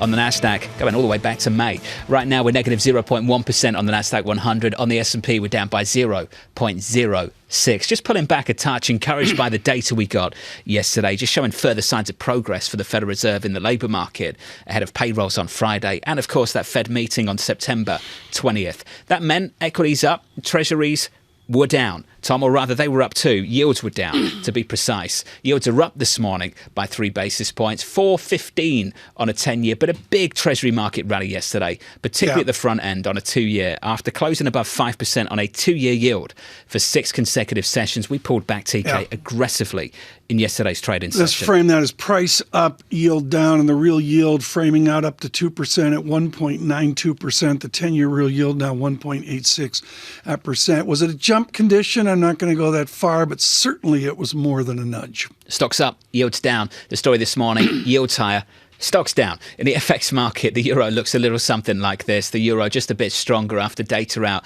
a little bit earlier. The euro right now 108.86 against the US dollar. Under surveillance this morning, opening the door for a hike from the ECB next month. Higher than expected inflation readings out of Spain and out of Germany. Money markets now giving Europe's central bank a 60% chance to hike in September, with just a 20% chance for the Federal Reserve. It's kind of the story of the morning for us so far, Kaylee. Has the data in the last 24 hours shut the door on the Fed, but opened the door for the ECB? Yeah, seeing the pricing of another Fed hike potential going down at the same time that bets may be increasing for the ECB to make a move. Certainly the data this morning fueling the hawks potentially at the ECB, while the doves got a little bit of fodder in yesterday's data here in the U.S. They got some love from this. U.S. job openings falling for 6 consecutive months out of the last 7, 6 out of 7 to be precise. The lowest level of openings going back to early 2021, pointing to a cooler labour market. Consumer confidence also falling, Tom, by the most in 2 years. Higher borrowing costs, lingering inflation. So this is the kind of stuff you'd say this was the objective for the Federal Reserve on the job side of things. Absolutely. Going into payrolls on Friday. Yeah, I mentioned this twice now. Let's do it a third time, called a hat trick from the peak there in early 2022. For those of you on radio, all you know is the vector's in place, and you say, when does a vector break to a true breakdown of job openings? And I'm almost there, John. I'm not quite there. I need another month or number 2 to say, we're finally getting the job economy falling. Katie drew an important distinction. It's about the journey, Tom, not the destination. And so far, we're on the right journey, on the right path. We're making progress. It looks so good so far. Let's see what this looks like at the end point. This is what Citi said a million times. The data through summer will give you the impression that things look like a soft landing. And it will always look like a soft landing until it isn't. And I wonder, Tom, how fine the line is between progress that we like and then progress we don't want to see. It's brilliant you to bring this up, and Veronica Clark was on, I believe, yesterday, and the answer is there's a whole crew pushing against us, and as you say, a journey. I hate that word. A journey? A journey, yeah. We're all on a journey, TK. That's life. Every time it's a journey at home, someone's trying to take money from me. That's what I know. I'm on a journey, Dad. I need to go to Paris. It's a journey. It's a journey. I need a new smartphone. Apple event, September 12th. Very good. Nailed it. It's a journey. I know. Oh, you have no idea. Are we still under surveillance here? What are we doing? We are. One more story for you. Just an update for all of you following the hurricane. Idalia downgraded to a Category 3 storm in the last hour, expected to make landfall in the next hour. Idalia threatening a catastrophic storm surge, tornadoes flooding across a large part of Florida and, Tom, potentially other states as well. Yeah, the satellite truck we couldn't get worked up this morning with Riley from St. Louis down in Tampa. We'll try to get that hooked up here as we go into the open at 9 o'clock. This is the interview of the day on rates. Ian Lingen has watched across all of global Wall Street. At BMO Capital Markets, he writes incredibly terse, dense notes on the dynamics of fixed income. He joins us this morning. I got 8 ways to go here. One single sentence. Friday, you call most influential jobs report of 2023. Why? I think that the relevance of non-farm payrolls on Friday simply can't be overstated. The Fed has achieved what they wanted to, at least thus far, in terms of moderating CPI. Now, the question is, have they overshot on the jobs front? We know that jobs are cooling. We are expecting a relatively benign, the consensus I think is 170 for headline non-farm payrolls, but we do have that JOLTS print, and the quits rate within that is very troubling.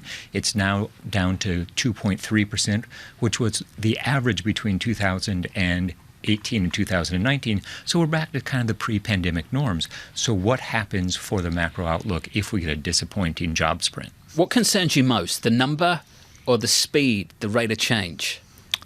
I think that if I were given the choice between the outright level and the rate of change, I would say we're at the right pace. We're just getting to levels that are far more concerning. So I would go with not the rate of change yet, but the outright levels. Okay, and if the levels and the rate of change suggest that the Fed's work is getting closer to being more fully accomplished, obviously there's still a long way to go. The move in the 2-year yesterday would suggest that has run perhaps too far. Did we see the peak already? We hit that north of 5%, stayed there for a little bit, and now we're done?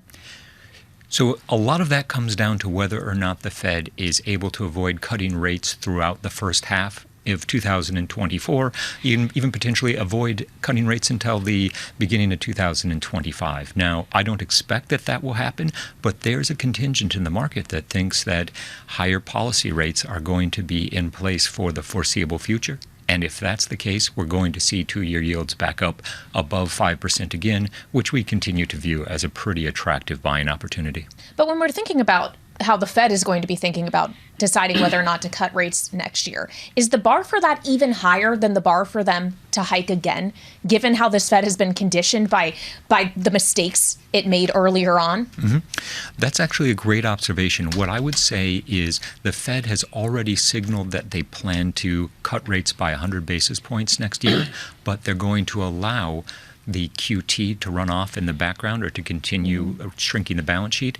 And so what they're doing is they're reframing the conversation around rate cuts being a response to a slowdown and rate cuts being a recalibration closer to normal policy rates. So I think that they've given themselves a fair amount of flexibility for the year ahead. Ian, all anybody wants to know is for you to frame the real rate. The 10-year real rate, we got up to 2.0. I've got some numbers above that which show the real stresses. Bracket the real rate right now where it could come back down to that level. We're now at a 1.8384, whatever, and then bracket up. Frame that for us.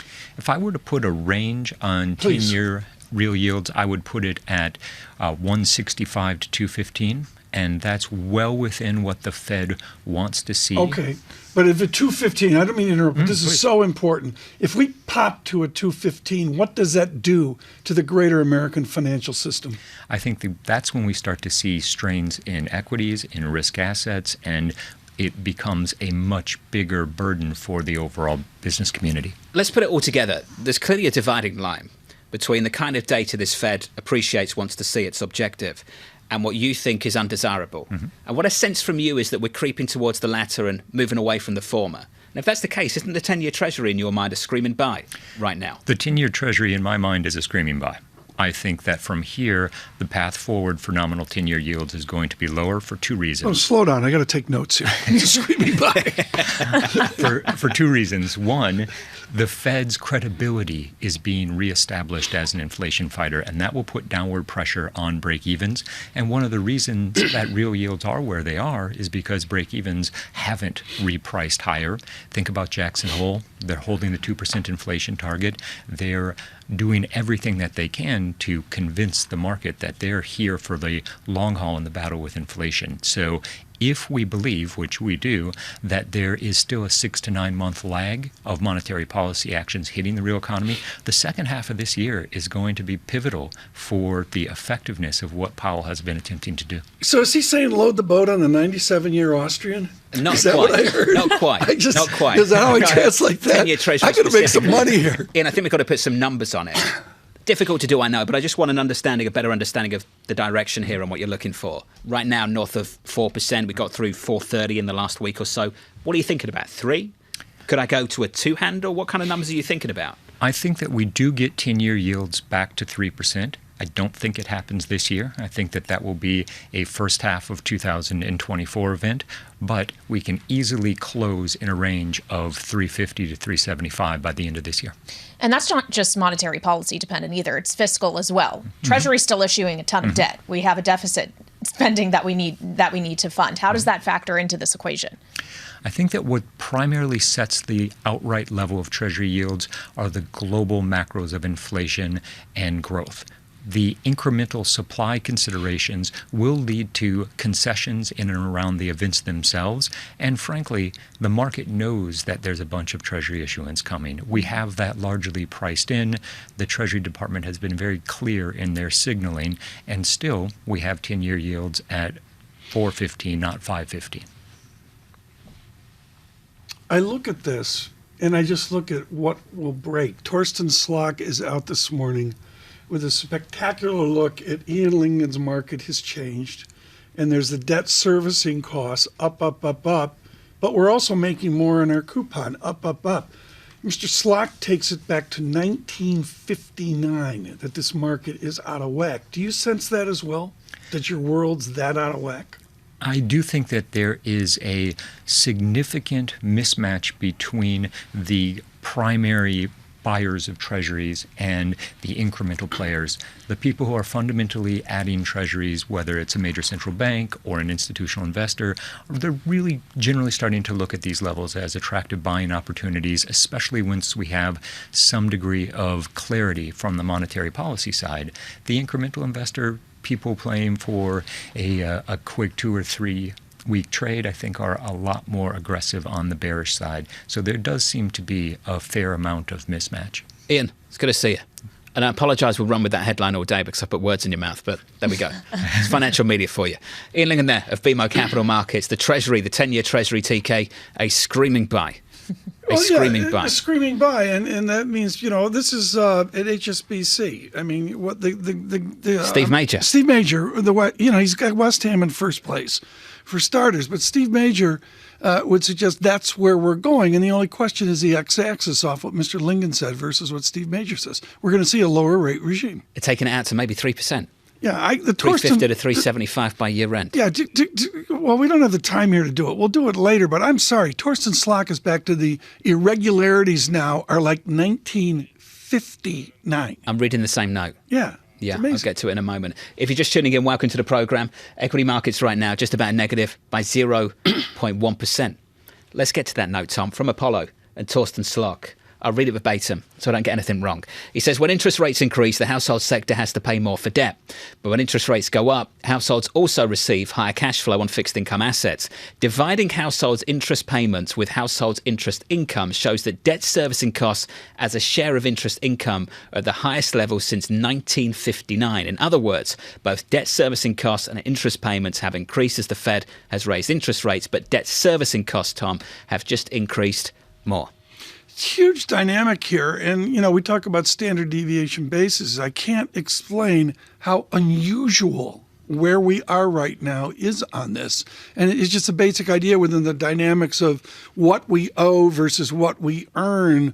What's going to break in that? That's what Lingen and Slok do every day. And as we see those refinancings kick in, Tom, potentially over the next 12 months on the corporate side, 12 to 18, you're going to see that debt interest service costs go up even more, TK, because those guys are still locked in, paying coupons from debt they issued back in the pandemic. Yeah, and there's huge uncertainty here as well. You mentioned it earlier, how Citigroup really pushes against the consensus. Big time. They've got a different view. They've got a different view.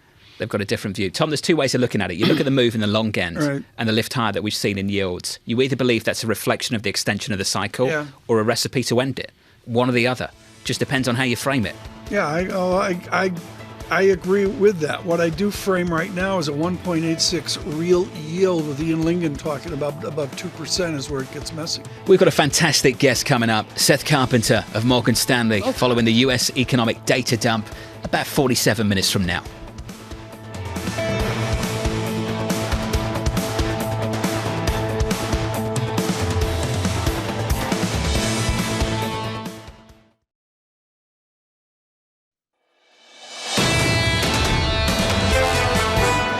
I see this as a real, debate between the banking industry and the regulators. And the regulators are rightfully on course to ensure a resilient banking system when you look at the history of the last 50 years.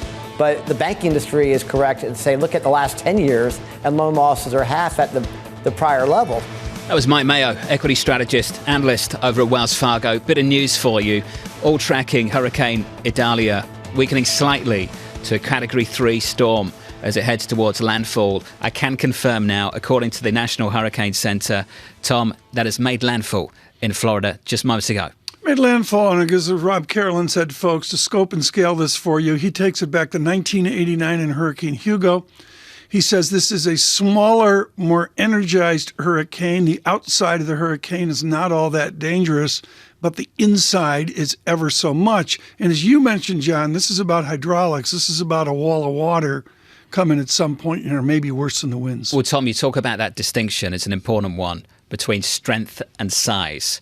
So the strength of Hugo going back decades, correct? But yeah. The size is incomparable. Yeah, it is. And the shock of Katrina and how big that was as well, and others along the way. My question is, what does the season look like here, set here as we are in August? And that'll be interesting to see. Franklin, I believe, is out past Bermuda, out in the middle of nowhere. On my screen right now, Tom, tracking pictures live from Tampa, Florida. Yeah. The numbers we discussed, as much as 16 feet of seawater could be pushed onshore in some areas of the Gulf Coast. 6 feet could slosh across Tampa Bay. Yeah, well, I all I can say is with the Hurricane Bob, I lived 4 feet, a hockey goal of water coming right at me. And I mean right at me. And John, you're not going to stop it.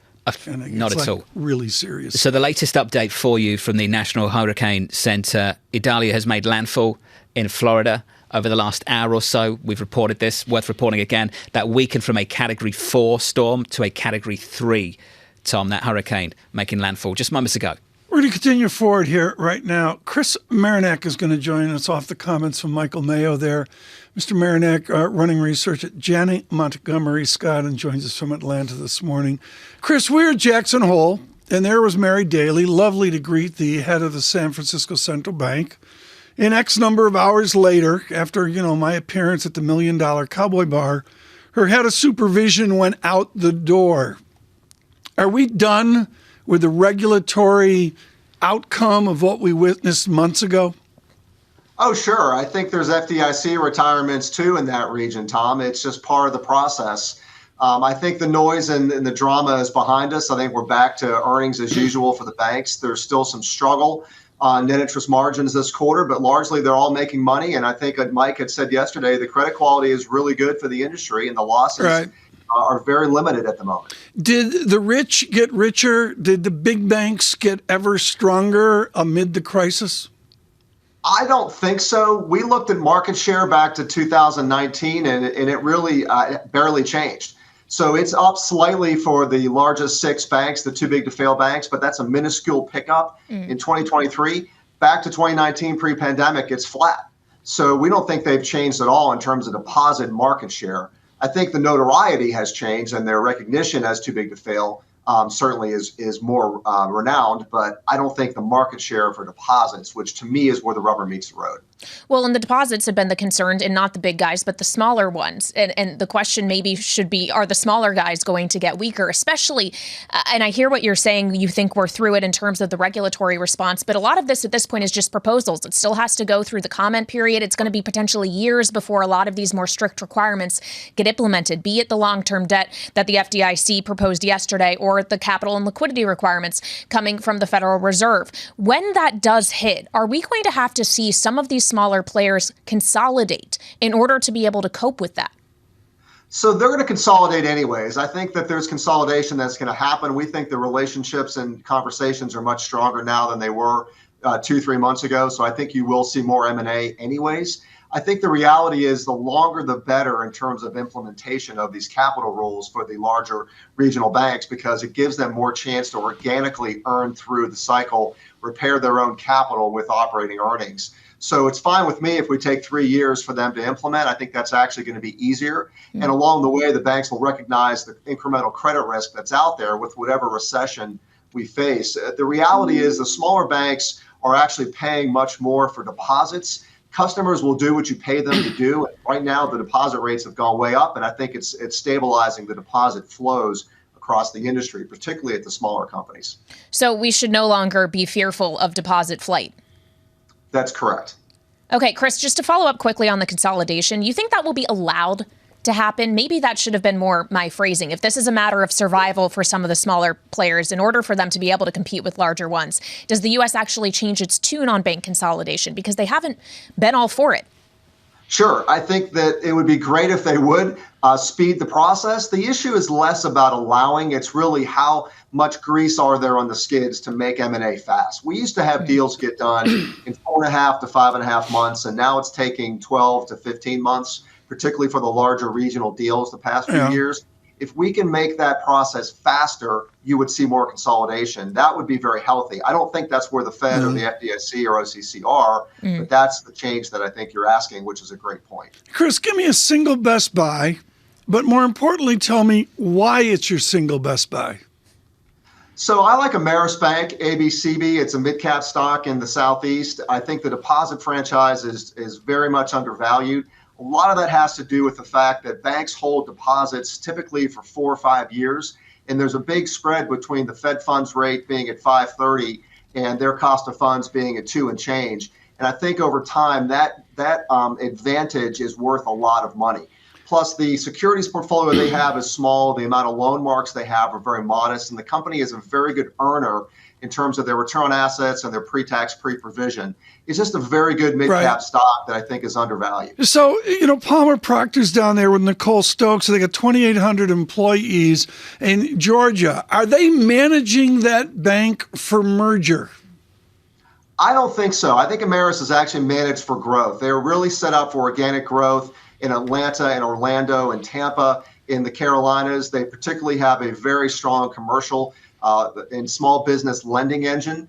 They tend to take very bite-sized risks, so you don't see a lot of national lending from the company, and they don't do shared national credits. It's a very simple business model, and they're good at taking deposits. And that's the key to these companies. The lifeblood of any bank is the deposit base. And so I think their organic growth, both this year and the past, has been quite good. Chris, let's just finish on the chart. Year to date, KBW Bank Index, S&P 500 Banks Index. You can take your pick.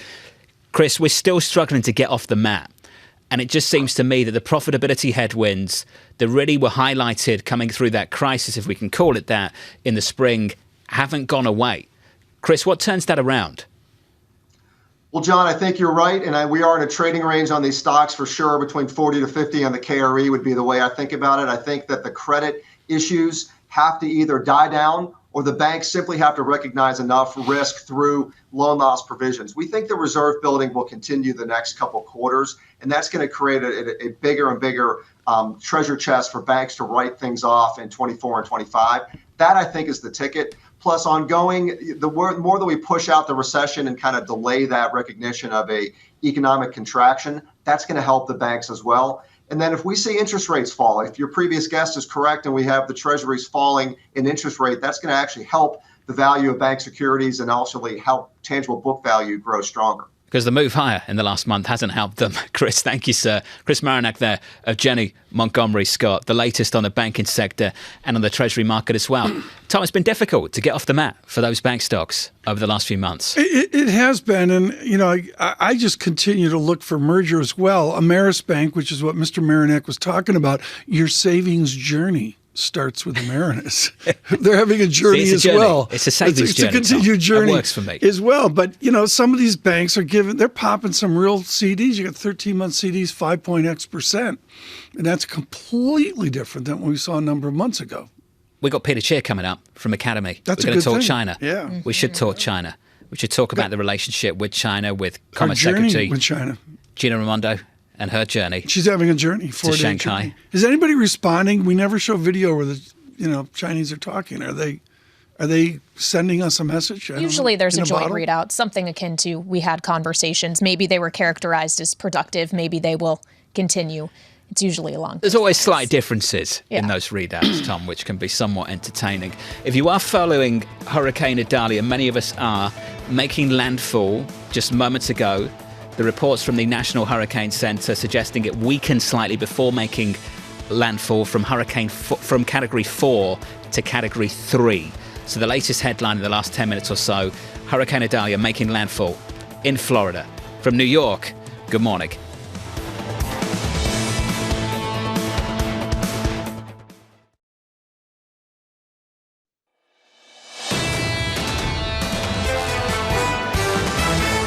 markets have been, I would say, very accommodative recently. I think if there's a surprise, it's rates have one more last push in them. We are still expecting one last rate hike. The problem is the Fed could pause here, but we're still not sure they're done. It's so unclear what path the economy will go and what central banks will do. This is Bloomberg Surveillance with Tom Keene, Jonathan Ferro, and Lisa Abramowicz. Good morning, everyone. Jonathan Ferro, Lisa Abramowicz, and Tom Keene on radio, on television. Kaylee Lines, the short straw. She won't be here Friday. Is that what it's called? The short straw. They will not be here Friday. Nice. I will be here Friday with our Jobs Day discussion, but a ton happening before we get there. In breaking moments ago, John, in Germany, a tick higher in year over year. Harmonized inflation. It's a journey they're having with inflation. That's their journey. In Germany. And I'm sorry, there's a lot going on between jolts in the shock of yesterday in America and jolts in the Spanish inflation shock that we saw today. Down slightly from the previous month in Germany, but it's an upside surprise regardless. And there are some out there who believe perhaps this leaves the door open for the ECB to make a move on September 14th.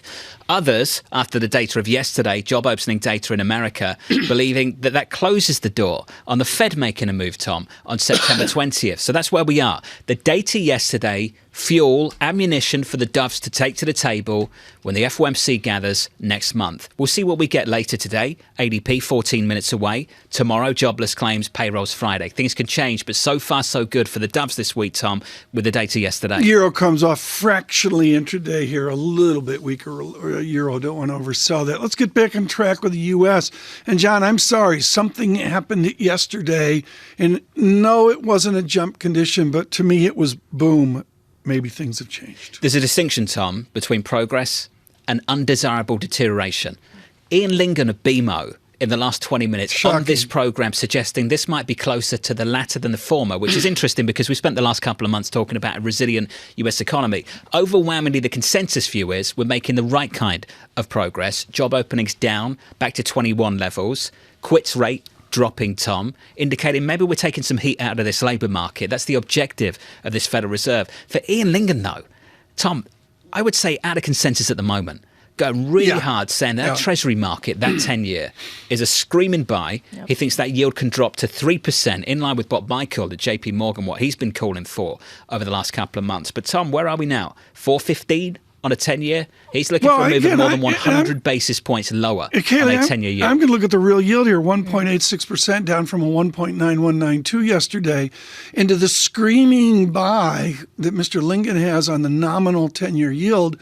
I just wonder, as he framed out the real yield, where that goes, and that could be a changed world for equities. Well, and he said that where it is right now and up to, 215 is where the Fed would like to see it, that they're comfortable with that. And it becomes a question of the Fed's. Hope for that. Yes, but at the point, at what John is speaking to, the idea that maybe we're starting to see potentially a real deterioration, what Ian Ling was suggesting, are they going to be comfortable with that when you still had Loretta Mester as recently as last week at Jackson Hole saying we'd rather over-tighten than under-tighten?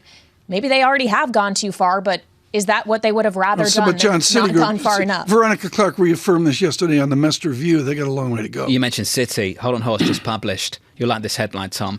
Jolted by lower job openings. Jolted by lower job openings. But, and there is a but here, a historically low unemployment rate and high ratio of openings to unemployed individuals suggests the labour market remains tight enough to prevent wage growth from sustainably slowing down. Are we making progress? Yes. Is it sufficient? In the mind of Andrew Holdenhorst and Citi, no. We're going to do a quick data check here, touch on the hurricane, and get to Peter Scheer. John, my data check's simple. I got a VIX at 14.52. It's a bear market. Things are terrible. Losses year to date on the S&P, there aren't any.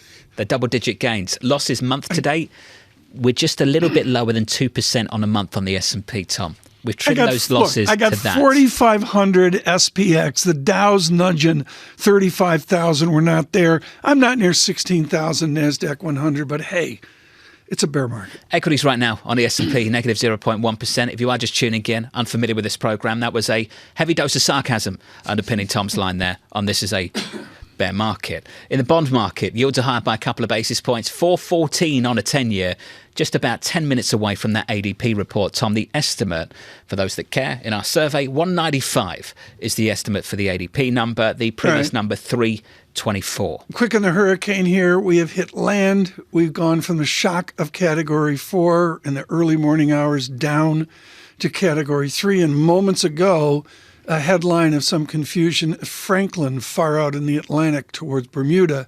John, it's hurricane season. Tropical storm conditions heading to Bermuda later on today, Tom. And as you say, it's hurricane season and it continues for a number of months. We'll give you full coverage here. Thank you, Rob Carolyn, for attendance earlier this morning. Thank you to Peter Scheer for attendance right now, head of macro strategy, Academy Securities. Peter, did your journey in the markets, did it change yesterday with the JOLTS report? Not really. It was more or less in line with what we're looking for. Is basically the Fed is looking for an excuse not to hike. So they're going to be looking across a broad spectrum of data. And I think the one area that's going to disappoint is jobs. I think there are going to be downward revisions. You mentioned a bunch of other parts of the JOLT report yesterday. The hires rate continues to drop down. There's been this dichotomy that the hires rate has been off very strangely low relative to job openings. I think that's going to catch up. So as jobs slow down, I think the Fed's going to have the excuse to do nothing. And then it's going to become a question of, were all the economists, including myself, who are looking for a recession this year, going to turn out to be right or not? Okay, well, as we talk about whether or not you turn out to be right, if the job market is slowing down, if we're starting to see the growth deterioration happen, but inflation is still too far above where the Fed would like to be, which they say still is 2%, what do they do then? I think the key word is they say is still 3%. I'm not sure it's really 3%. I think they're going to be looking for excuses to delay. So I think we get 10-year yields back to 4%, and then we're going to need significant either jobs data, consumer sales data, real, inflation data again, because they're already trying to downplay some of that, saying they're seeing it finally trickle into the housing market. So I don't think they do anything if they can avoid it at all. Pete, we talked about the housing market the last couple of days. Home prices in America totally distorted by the rates of the last 2 years at record lows and the rates more recently at 2-decade highs. Pete, is that something they can ignore? Can they ignore the distortions of house prices, given their contribution to shelter and what might be elevated inflation for maybe the next year or so? I think sadly they're going to have to. Partly this is very location based. So when you look at what the home builders are doing, and they've been very successful, they're building homes in areas that people are moving to, right? As people continue to leave California, maybe Illinois move to other states, that's where they've been able to take advantage. So I think we're seeing a very regional economy, particularly on housing. I think the Fed's just going to have to give this time for people to either get forced to move, choose to move, figure out what they're going to do with their mortgage rate. So it's problematic. Again, I think this all goes back, and we're not, going to hammer home on this. They were so slow to react. They allowed this bubble to create itself. They should have reacted much sooner, much earlier, done much more. Unfortunately, we're here. So I think this is just going to take time to play out, unfortunately. Your view sounds like high for longer. Ian Lingen of BMO came on this program moments ago, Pete, and he said 10-year Treasury yield, 10-year Treasury, screaming buy. He thinks yield goes down to 3%. He indicated that, and these are my words, I'm paraphrasing here, but ultimately, Pete, his characterization of the data was this isn't desirable, some of this is undesirable. Maybe things have gone too far. Pete, what's the counterpoint to that? One, I'm definitely worried that he could be right. So I think we get to this 4% on the 10-year. I think that's good for stocks. Then I think we actually get to 3.8%. As we start moving lower, it becomes negative for stock because people have to start repricing in, is there a potential recession risk? My outlier on the inflation story is really India. I'm watching India to see if they can generate some growth, what happens with China. So if we get inflation, I'm not really worried about domestic inflation. I think we're seeing enough slowing down, both in the goods and the services market.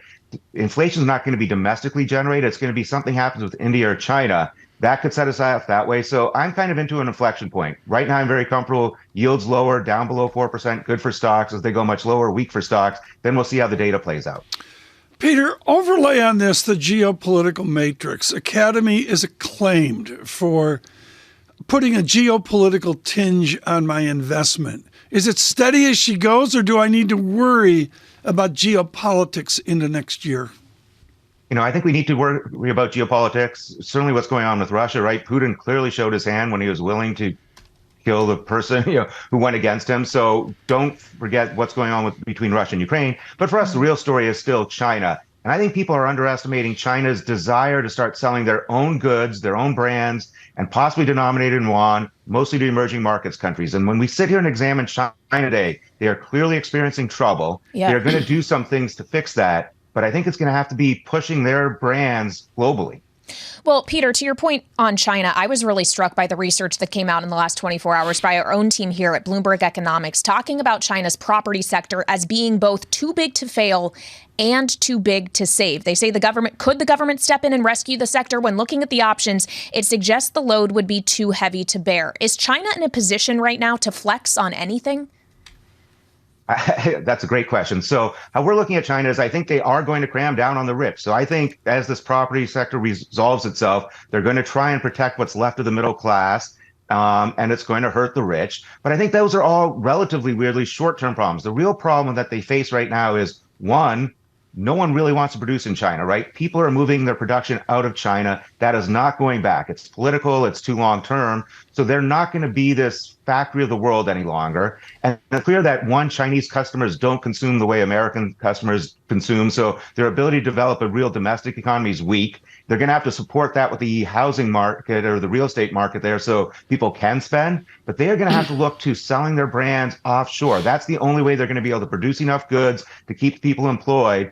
And I also worry, and I think our geopolitical team always cautions us, right? When things are good in China, they are less likely to flex their political or military muscle. As their economy weakens, they can do something like that, just like we saw Putin do. Well, Pete, bad folks do bad things. What kind of bad things are you thinking about? You know, I think Taiwan's off the table. It's not going to be that. But look for them maybe to flex their muscle in some other regions of the world where people care less. Look for them to continue to expand through their Belt and Road Initiative, more access to ports, more access to these countries who are failing to pay on that.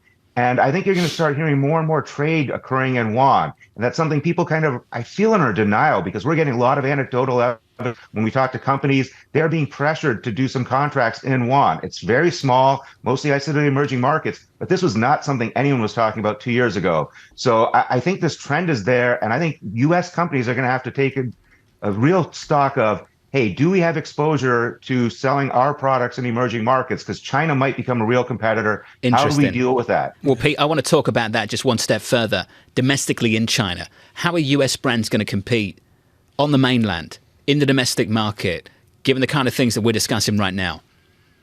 I think it's very difficult. I think everyone still has this. It's impossible not to look at 1 billion customers and say, wow, if I could just reach a fraction of this, I'll do well. I think the regulatory hurdles are going to remain extremely high. I think China's not really going to be friendly. So you can go there, but I think you want to put in limited intellectual property, limited resources, because that's not the wave of the future. If anything, I think you're supposed to be figuring out, what do we do with India? India is a much more compelling case to me right now than trying to figure out how to sell into China.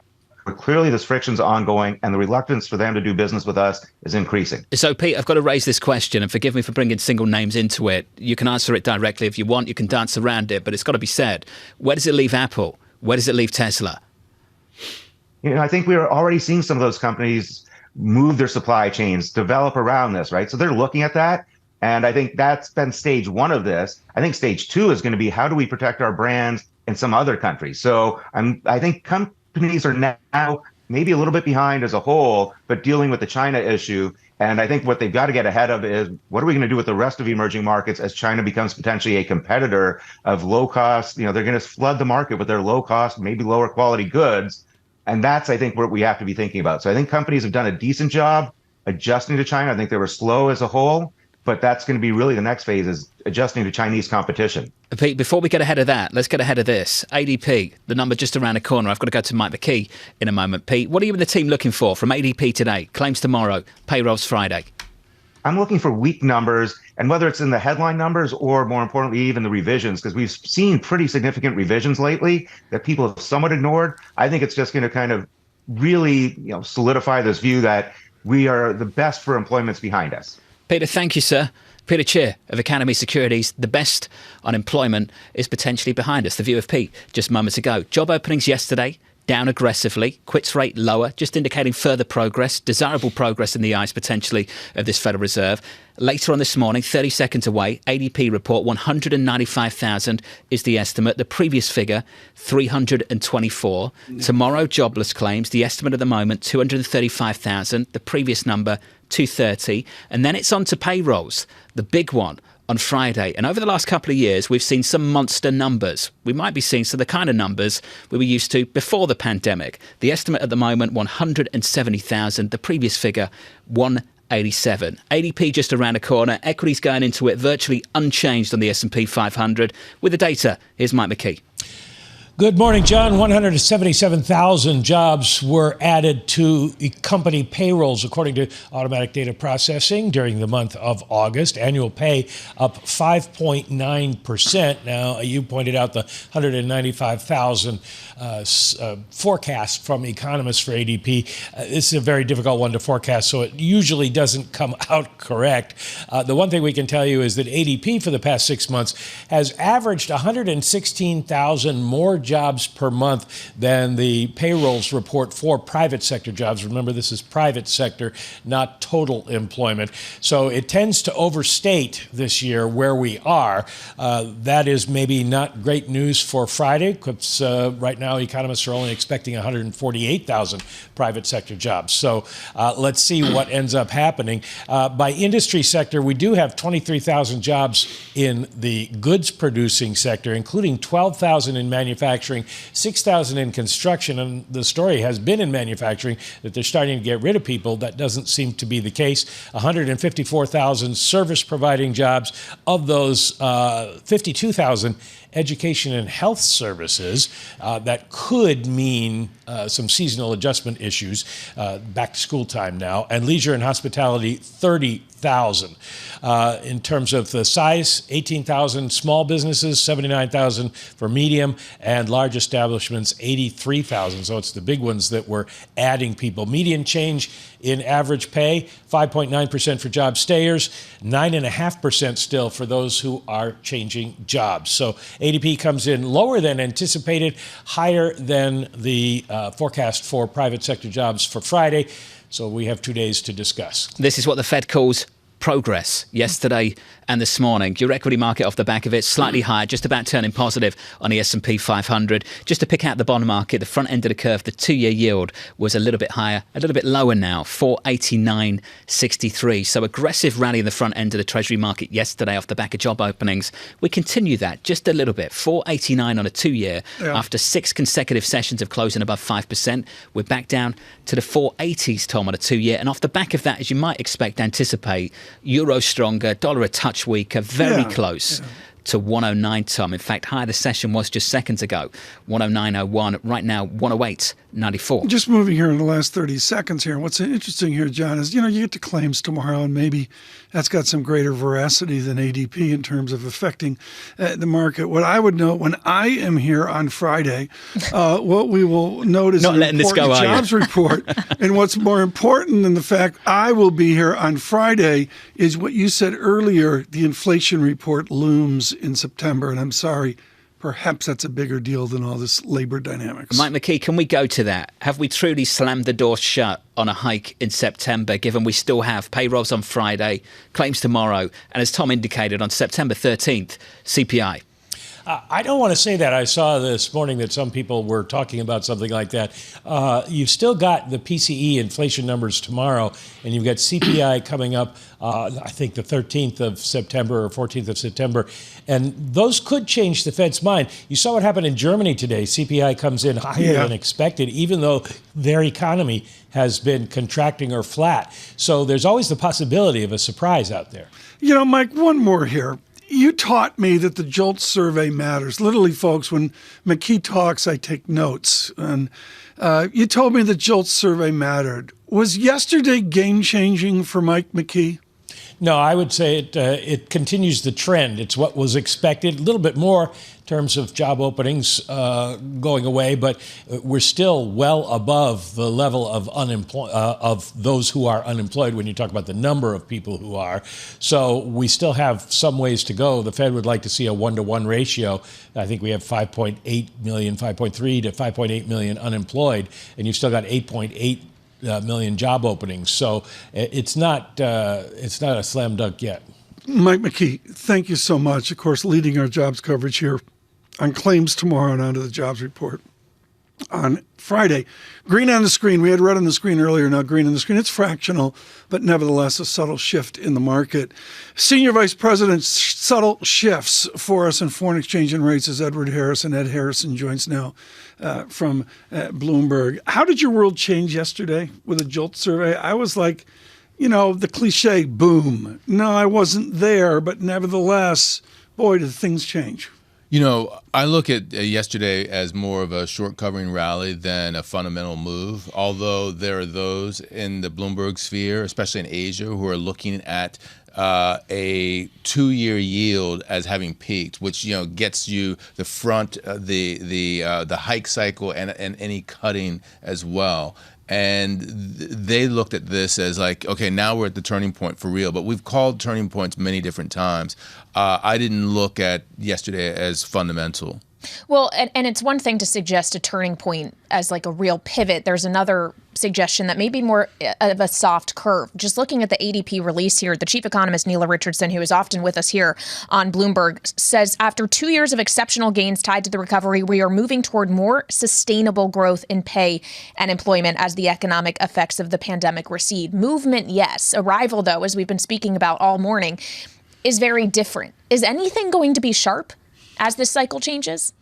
That's a good question. And I think for me, on a week-to-week basis, jobless claims are good in that. I thought it was interesting, some of the numbers that Mike McKee was talking about. He talked about 116,000 for the services. He also spoke about, small businesses being very light. I'm what you would call a birth-death model truther, if you will. And at cycle turns, I think that the birth-death model, which says, small businesses, this is how many firms are adding and this is how many are subtracting, overstates the number. So I look at that paucity there in this number as reflective of an overstatement, that we're going to see revisions. And so the true picture in the labor market is slightly weaker than we would have thought. At the moment, it looks like a soft landing.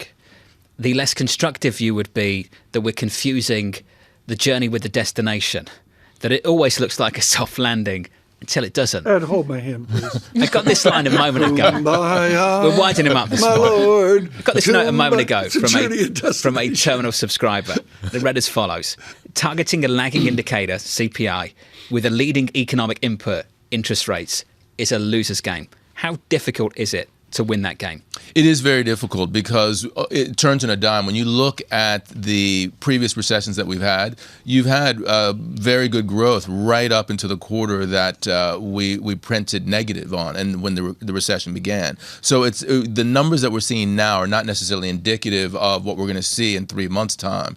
Moreover, I think if you look at what Anna Wong, who's Bloomberg's U.S. chief economist, is saying, she's saying that actually we have stellar numbers. If you look at GDP now, it's roughly 6% for this quarter. That's going to be payback coming the fall and then eventually the winter as well. So the game's not over yet in terms of the soft landing. It could be a soft-ish landing, and it could also be a hard landing for that matter. Yeah, I'm looking at the Bloomberg Financial Conditions Index, and if I'm Jerome Powell, I'm nowhere near where I want to be. Do we have Hollenhorst on tomorrow? We do. 8:30. Are you here tomorrow? 8:30 I am. That's great. We got John Friday, Ferro and Andrew Hollenhorst with us tomorrow. And the answer is there's a crew looking for a higher yield environment, and John's waxing philosophical about the journey and the destination. Baloney. The Bloomberg Financial Conditions Index is in no way restrictive. Why?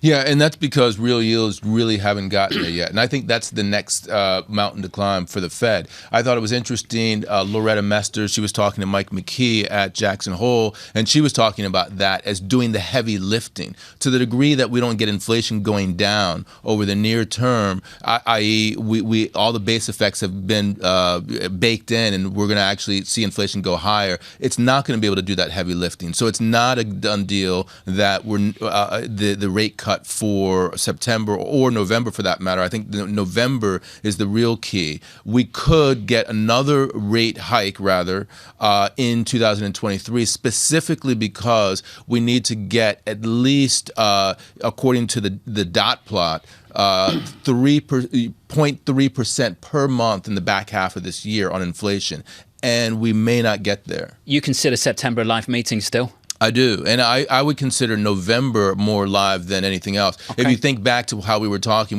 skip meetings kind of thing. So we got a hike. Maybe we'll skip in November, see how things play out, and that gives you another 6 weeks until the November meeting. And therefore, they can get the hike that they talked about in their dot plot in June, which I expect to still be in the dot plot in September. I had no idea you had a new title, Ed Harrison, Senior Vice President of what, Tom? Subtle Shifts. Subtle Shifts. Yeah, it's great. And live meetings. I'd appreciate it, buddy. It's good to see you. In the next hour on Bloomberg TV, here's your lineup. Kelsey Barrow of JP Morgan Asset Management, Krishna Mamani of Lafayette College, Keith Lerner of Truist. All of that coming up with your equity market slightly positive on the S&P 500, with the ADP report, Tom, delivering just a little bit of a downside surprise. I got to squeeze this in. I mean, I got major troubles on Saturday, John. I mean, I don't know what to do. You're going to have to help me. I got UVA football, and then I got Monza Qualis. That's easy. It's easy. You got to go. You got to go Monza Qualis. Go Who's. Even you're not going to watch the football same at the weekend. Time. Do I big little them? Give me a break. Katie's making this up. Katie doesn't watch UVA football. Watches UVA basketball. There's a difference. Monza Qualis. Plead the fifth. There's a difference. From New York City, this is Bloomberg.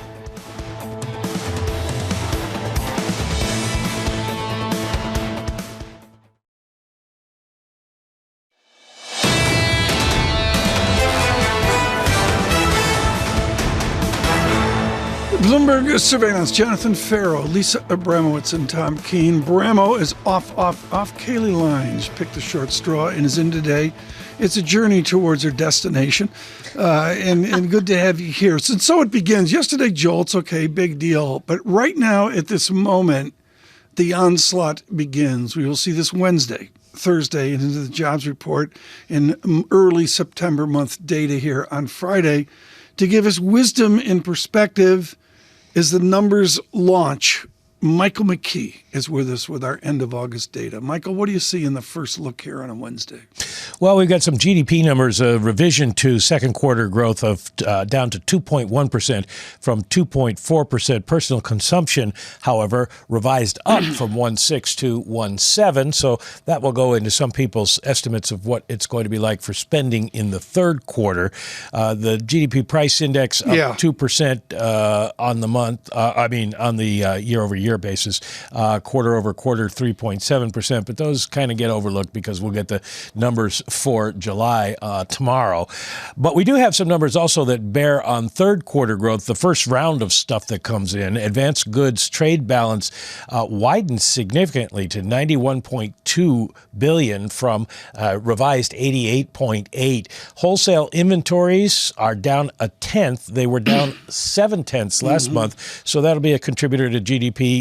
Retail inventories up by 0.3. That's lower than the 0.7 gain the month before, and lower than what was anticipated. So you put it all together, and basically you got a little stronger growth going into the third quarter, at least among some of the components that will make up those things. But it is only the first month of the third quarter that we're looking at. And dive into that, Mike. Look at the revisions as well, because we do have a market move. We got a lift in equities, which is tangential to a weaker dollar, demonstrable in euro 109.11, 1.0911. Euro stronger here by 0.3%. Yen has made the journey to its new destination, Kaylee. We've gone from 147 level into 145. Seth Carpenter's looking at me like, what is going on? 146.01 on a stronger Japanese yen. even sterling vaults out near a 127 level. I look at the 10-year real yield. That's what we'll talk to Dr. Carpenter about. And the answer is 1.83. Kaylee's a little bit different than where we were 3 days ago. Yeah, well, a lot has changed over the course of the last 24 hours as we see these movements in the bond market, Tom. The continuation of yields moving lower off of the back of data that would suggest that maybe it's playing into the doves at the Federal Reserve's favor. Mike, GDP price index 2.2% is 2.0. That's a demonstrable lessening there. What is the GDP price index? Well, it too is the deflator. It's the price index they use to deflate nominal GDP to constant dollar GDP. And so it is coming down, but again, that's a quarterly average as opposed to a month by month, and the Fed wants to look at the month by month to see what the sequential progress is. Might mention here, this is the first GDP revision that gives us profits of for American companies, and this is not all just public companies. This includes private companies, and profits decreased $10.6 billion in the second quarter, which sounds terrible, but in the first quarter it was they were down $121.5 billion. So there was a lot of talk going into this year about profit recessions. Looks like we had something like that in the first quarter, and things are getting better now.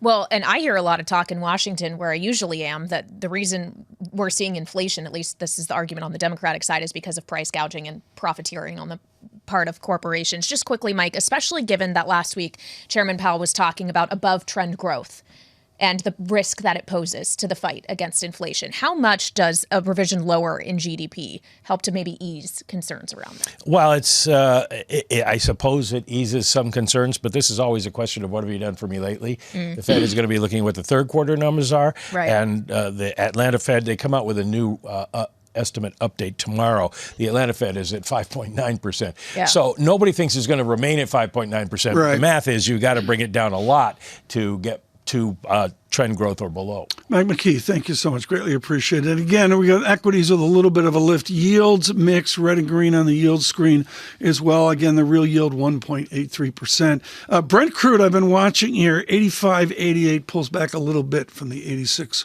level. He wasn't at Jackson Hole. He should have been.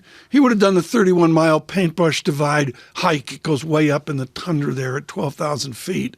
Dr. Carpenter darkens the door. With many years of experience at the Federal Reserve System, Seth Carpenter is with Morgan Stanley. You have to corral Zentner when she's not in some trout stream trying to catch trout. What is the Zentner mood now, the Morgan Stanley recession meter? Have we just discarded recession? So I wouldn't say that we've discarded it wholesale. There's always a risk. As I like to say, bad things happen to good economies all the time, Tom. But, since the beginning of this hiking cycle, we've tried to say a soft landing is the most likely outcome. The economy is not going to go into recession as a base case forecast. And so far, that view has come true. I mean, it was not, I have to say, the most popular view with our clients 3 months ago, 6 months ago, 9 months ago. On the other hand, things haven't slowed down quite as much as we thought it would either. Mike was talking about the GDP data. The downward revision sort of pulls things sort of along the slowing line, but it's still a pretty punchy number. 2.1% is above, I think, most people's estimate of potential growth. So we still have a ways to go. We still think there's more drag from monetary policy in the pipeline. But inflation's coming down. Job growth is slowing. We'll get another print on Friday. Our number is, I think, around 155 for private payrolls. So that'll be another tick lower in terms of job demand. We saw the JOLTS data that had a market reaction as well. So things are cooling off a bit, but they're not cold. The hallmark of Morgan Stanley economics is invented by Stephen Roach and Richard Berners. Everybody fights like cats and dogs. What is the point of conversation around the desk at Morgan Stanley? What's the thing everybody's arguing about? Right now, I have to say every corner of the world has its own quirky story. I mean, I think for us in the U.S., there's definitely the slowdown, the soft landing, but boy, the data are surprising to the upside. In very stark contrast, on the other side of the world, I'm always in conversation with my team in Asia. China, we had come into this year pretty bullish on China. The first quarter was super strong, and now things have slowed down a great deal. And so the question is, when do we get enough of a policy response from Beijing to pull things back in. So that's where those are two of the main topics where we're really debating. Yeah, and we've talked about China a lot in recent weeks because it just seems like piecemeal, one thing after another, they're doing things to try to stimulate that economy. Just to return to your soft landing thesis and the avoidance of a recession, are we really talking about a recession entirely avoided, or one that potentially is just pushed off, just delayed further out into the future as we think about these lagged effects kicking in a way they have not yet fully? I mean, I think that still remains a key question for us. We still think it is a recession avoided. That's been our view for a long time. The trough, though, in terms of economic growth, does seem like it's got pushed off a little bit. We think things will come down further from here. And there are things besides monetary policy that are a downside risk for the rest of this year. I mean, student loan moratorium, that has gone away. If you look at the Treasury's daily Treasury statement, you can start to see some of those inflows going. So that could weigh things down. On Ellen's team, Sarah Wolf is our consumer specialist, and she's been all over student loan debt repayments as a really key downside risk for the fourth quarter. So are there still risks of a recession? Absolutely. There always are. But we don't think that's the main story, that the labor market slowing but still resilient. Yeah, in October, that's definitely going to be something of concern. 2 weeks before that, though, actually just 2 weeks from tomorrow is when we're on watch for a United Auto Workers strike. How are you thinking about the labor movement in particular, the power of these unions to ask for things as audacious, to use their own words, as a 46% pay hike? What does that signal to you about still the supply issue and the ability of workers to demand more? So I think it's definitely something that's going to matter a lot. We already have one strike in the books, right? The Screen Actors Guild and all of that. And that's going to have an influence on Friday's jobs report. And so we're going to have to try to read what the underlying trend is in data. So I think the first part of it is going to be not to be, hopefully avoid being confused by swings in the data because of if there is a strike with the United Auto Workers, what that means for the numbers. But yeah, I mean, you've got a question of how long are they on strike? How much does that disrupt production if they are? We know that the auto industry was one of the last ones to be able to catch up to supply chain disruptions. Now we're starting to see auto prices fall. So it's a real mixed bag. I think we're going to be trying to watch very, very closely. We're going to pull in our equities analysts who cover the auto industry to see sort of where production is going.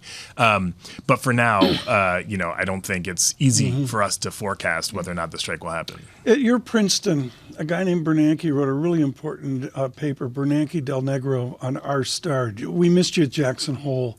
Give us the Carpenter R-Star debate. Should our audience pay attention to it, or is it economic babble distraction? It's a little bit of both. I mean, it's hard to avoid the relevance of the concept of R-Star. So how high is the level of interest rates that's neither stimulating the economy nor putting a drag on it? That's got to be fundamental to everything about the economy. But in real time, at any specific point in time, knowing where that is with any precision is borderline impossible. The statistical models that lots of my academic-minded colleagues use are really, really, really sophisticated ways of showing off how much math you know. But at the end of the day, all they can do is say, we know where the current level of interest rates is. Let's just look. Is the economy accelerating or decelerating? And then we make an inference about whether we're above or below R-Star. So I don't think there's a whole lot there that you can judge for sure right now. Over time, if the Fed keeps the policy rate where it is now and the economy not only doesn't slow but starts to accelerate a quarter from now, 2 quarters from now, you gotta have a view. But the same thing could be said. There could be extra residual push coming on from fiscal policy. That doesn't tell you anything about the permanent level of R-Star. That just says right now there's more demand. Dr. Carpenter, stay with us. Mike McKee, I want to go to you. You've had time to dive into the data here. Give us one insight here in about 40 seconds. I'll give you an insight that doesn't have to do with the numbers that came out today, but what you were just talking about with Seth. The Labor Department estimates how many people will be subtracted from the payrolls number because they were on strike during the month. And we've averaged somewhere around 1,000 a month all this year. For the month of August, 17,800. So there's your screenwriter's strike, and you're going to have... So how does that fold into the 2 jobs reports on Friday? Well, it's going to take away from total job creation. we'll see a 17,800 lower jobs, and these are all likely from the So our private journey sector. to our destination on Friday is completely beholden I've by created a monster with it. She's created a monster.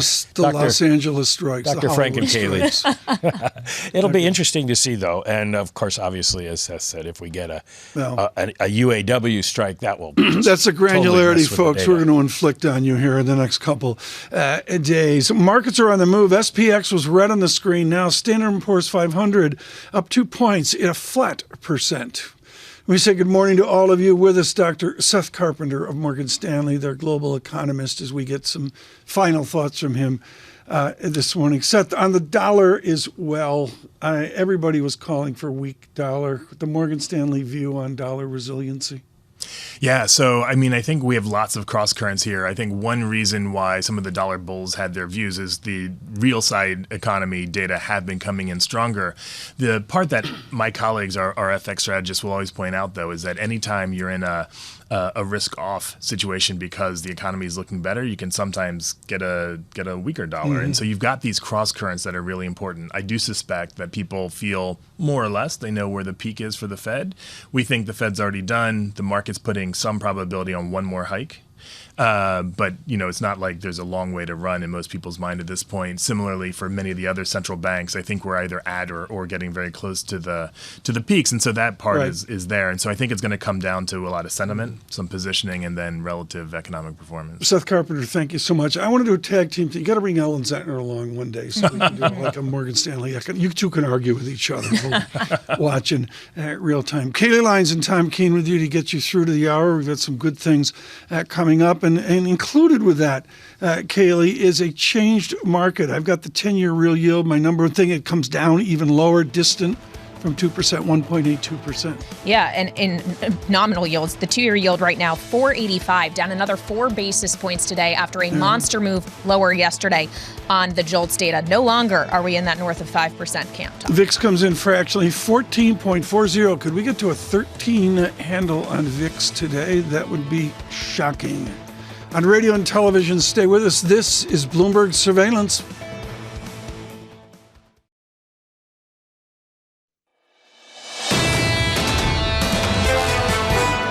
At the end of the day, we've had this just bearish onslaught of Russia news and of China news, and what hasn't gone down is crude. Crude's bottomed. It's positive in our trend work.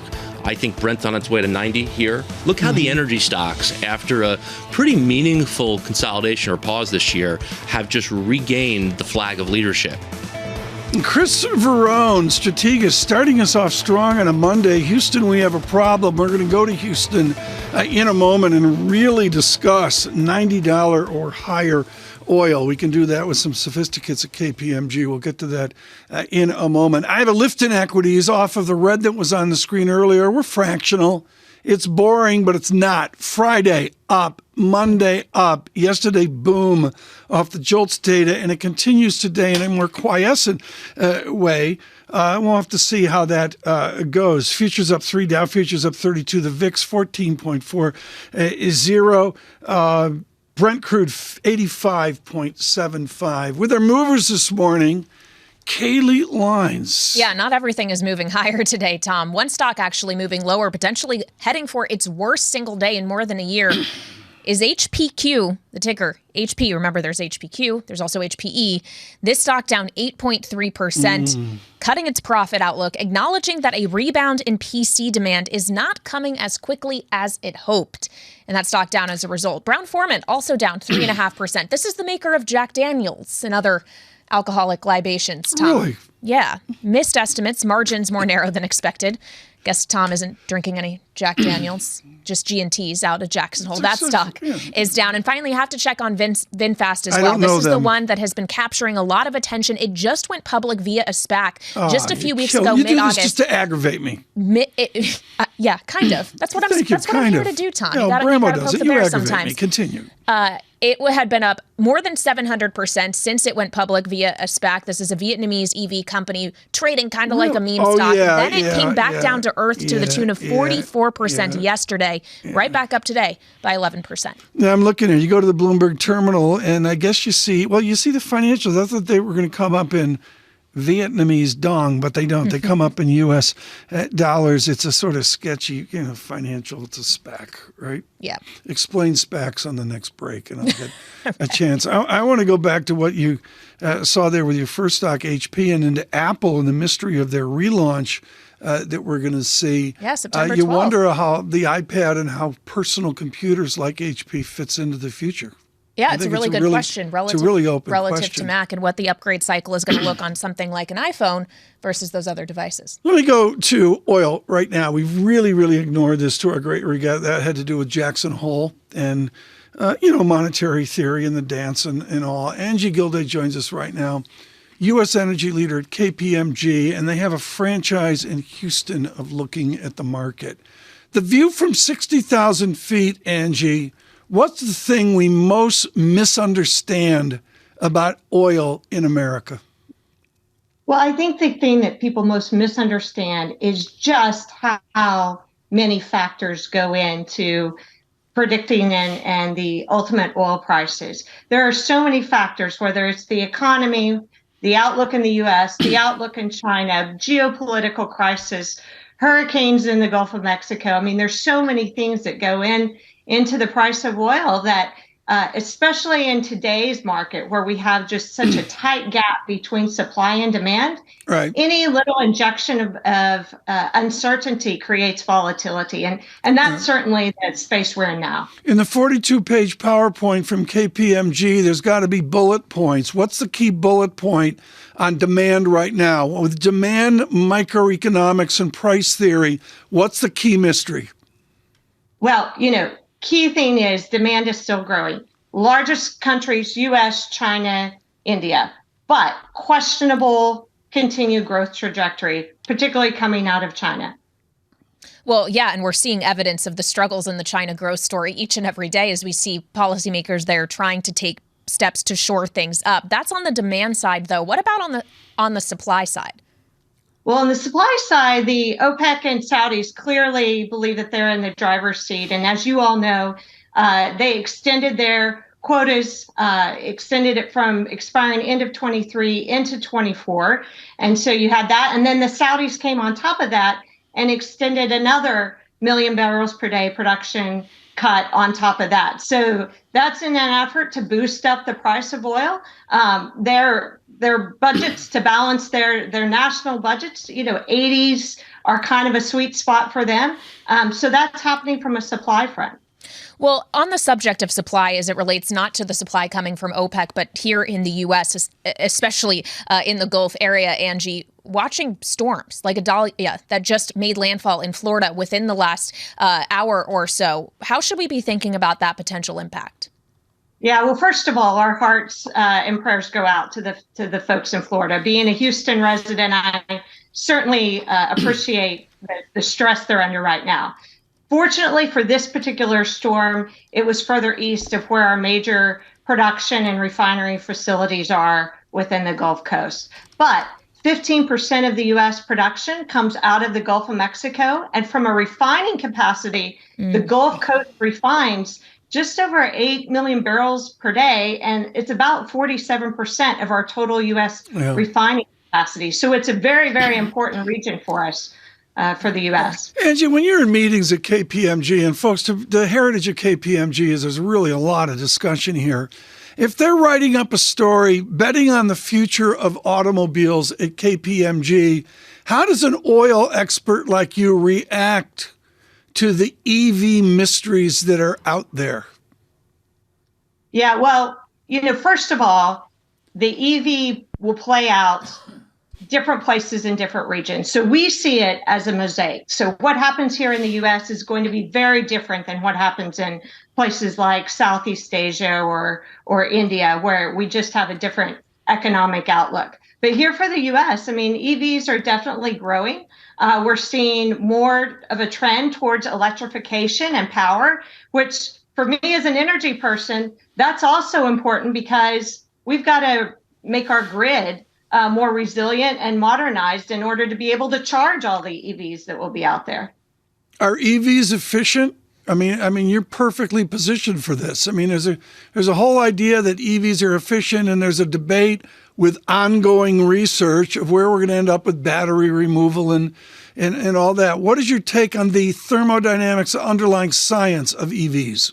Well, I'm certainly not a scientist, but I think from an EV perspective, look, I've owned one. I'm an energy person, and I've owned an EV since 2015. There are some incredible benefits to an EV. However, there is a challenge from a metals perspective on the batteries. It takes a significant amount to produce the EVs. Then you think about the recycling of the EVs themselves. So we do have a challenge on the back end and front end in terms of mining the appropriate metals. And they're not in places in the world that are really stable from a geopolitical standpoint. So we've got a challenge there if we're going to continue to scale up. And then we have an infrastructure challenge. We've got to be able to charge them. We've got to be able to service the charging stations that are out there. So this is going to be a long journey that is going to take a number of years for us to transform our energy system. This has been wonderful. Angie, thank you so much. Angie Gilday with us in Houston at KPMG with some real clarity there, knowledge-based, out of the KPMG, their advisory on EV. I'm sorry, this is a huge debate. John's been very good about this, about what actually is the research of destroying batteries, moving on from batteries. It's a huge, huge deal. Absolutely. And this actually is at the heart of the United Auto Workers question as well. This EV transition and where a lot of these employees fall into that, what their jobs look like going forward. And basically right now, EV is less paid, and the UAW wants EV to be equivalent pay with gasoline engines. This is one of the focal points of these negotiations ahead of that contract expiring. What did you learn today on your journey to your destination of leaving me Thursday because I'll be alone here Friday? I've learned if I say something once, you're just going to keep running with it. You got that. It's a theme here. It's how we entertain our way through the morning. Look at the 10-year yield, 4.09%. Yeah, 2-year at 4.84 as we see more economic data that would seemingly be in favor of the doves at the Federal Reserve following the JOLTS downward surprise yesterday, consumer confidence downward surprise. Then you get a downward revision in the second reading of second quarter GDP. All of that, though, of course, beating the drum to the data we have yet to get this week. You got jobless claims tomorrow and the big one on Friday. We go further at surveillance. Euro breaches through 109, back up stronger. Euro 109.25. Euro yen, take out the dollar. Euro yen a 159.36, a 160 euro yen would be something. It is an eventful Wednesday. On to our coverage Friday.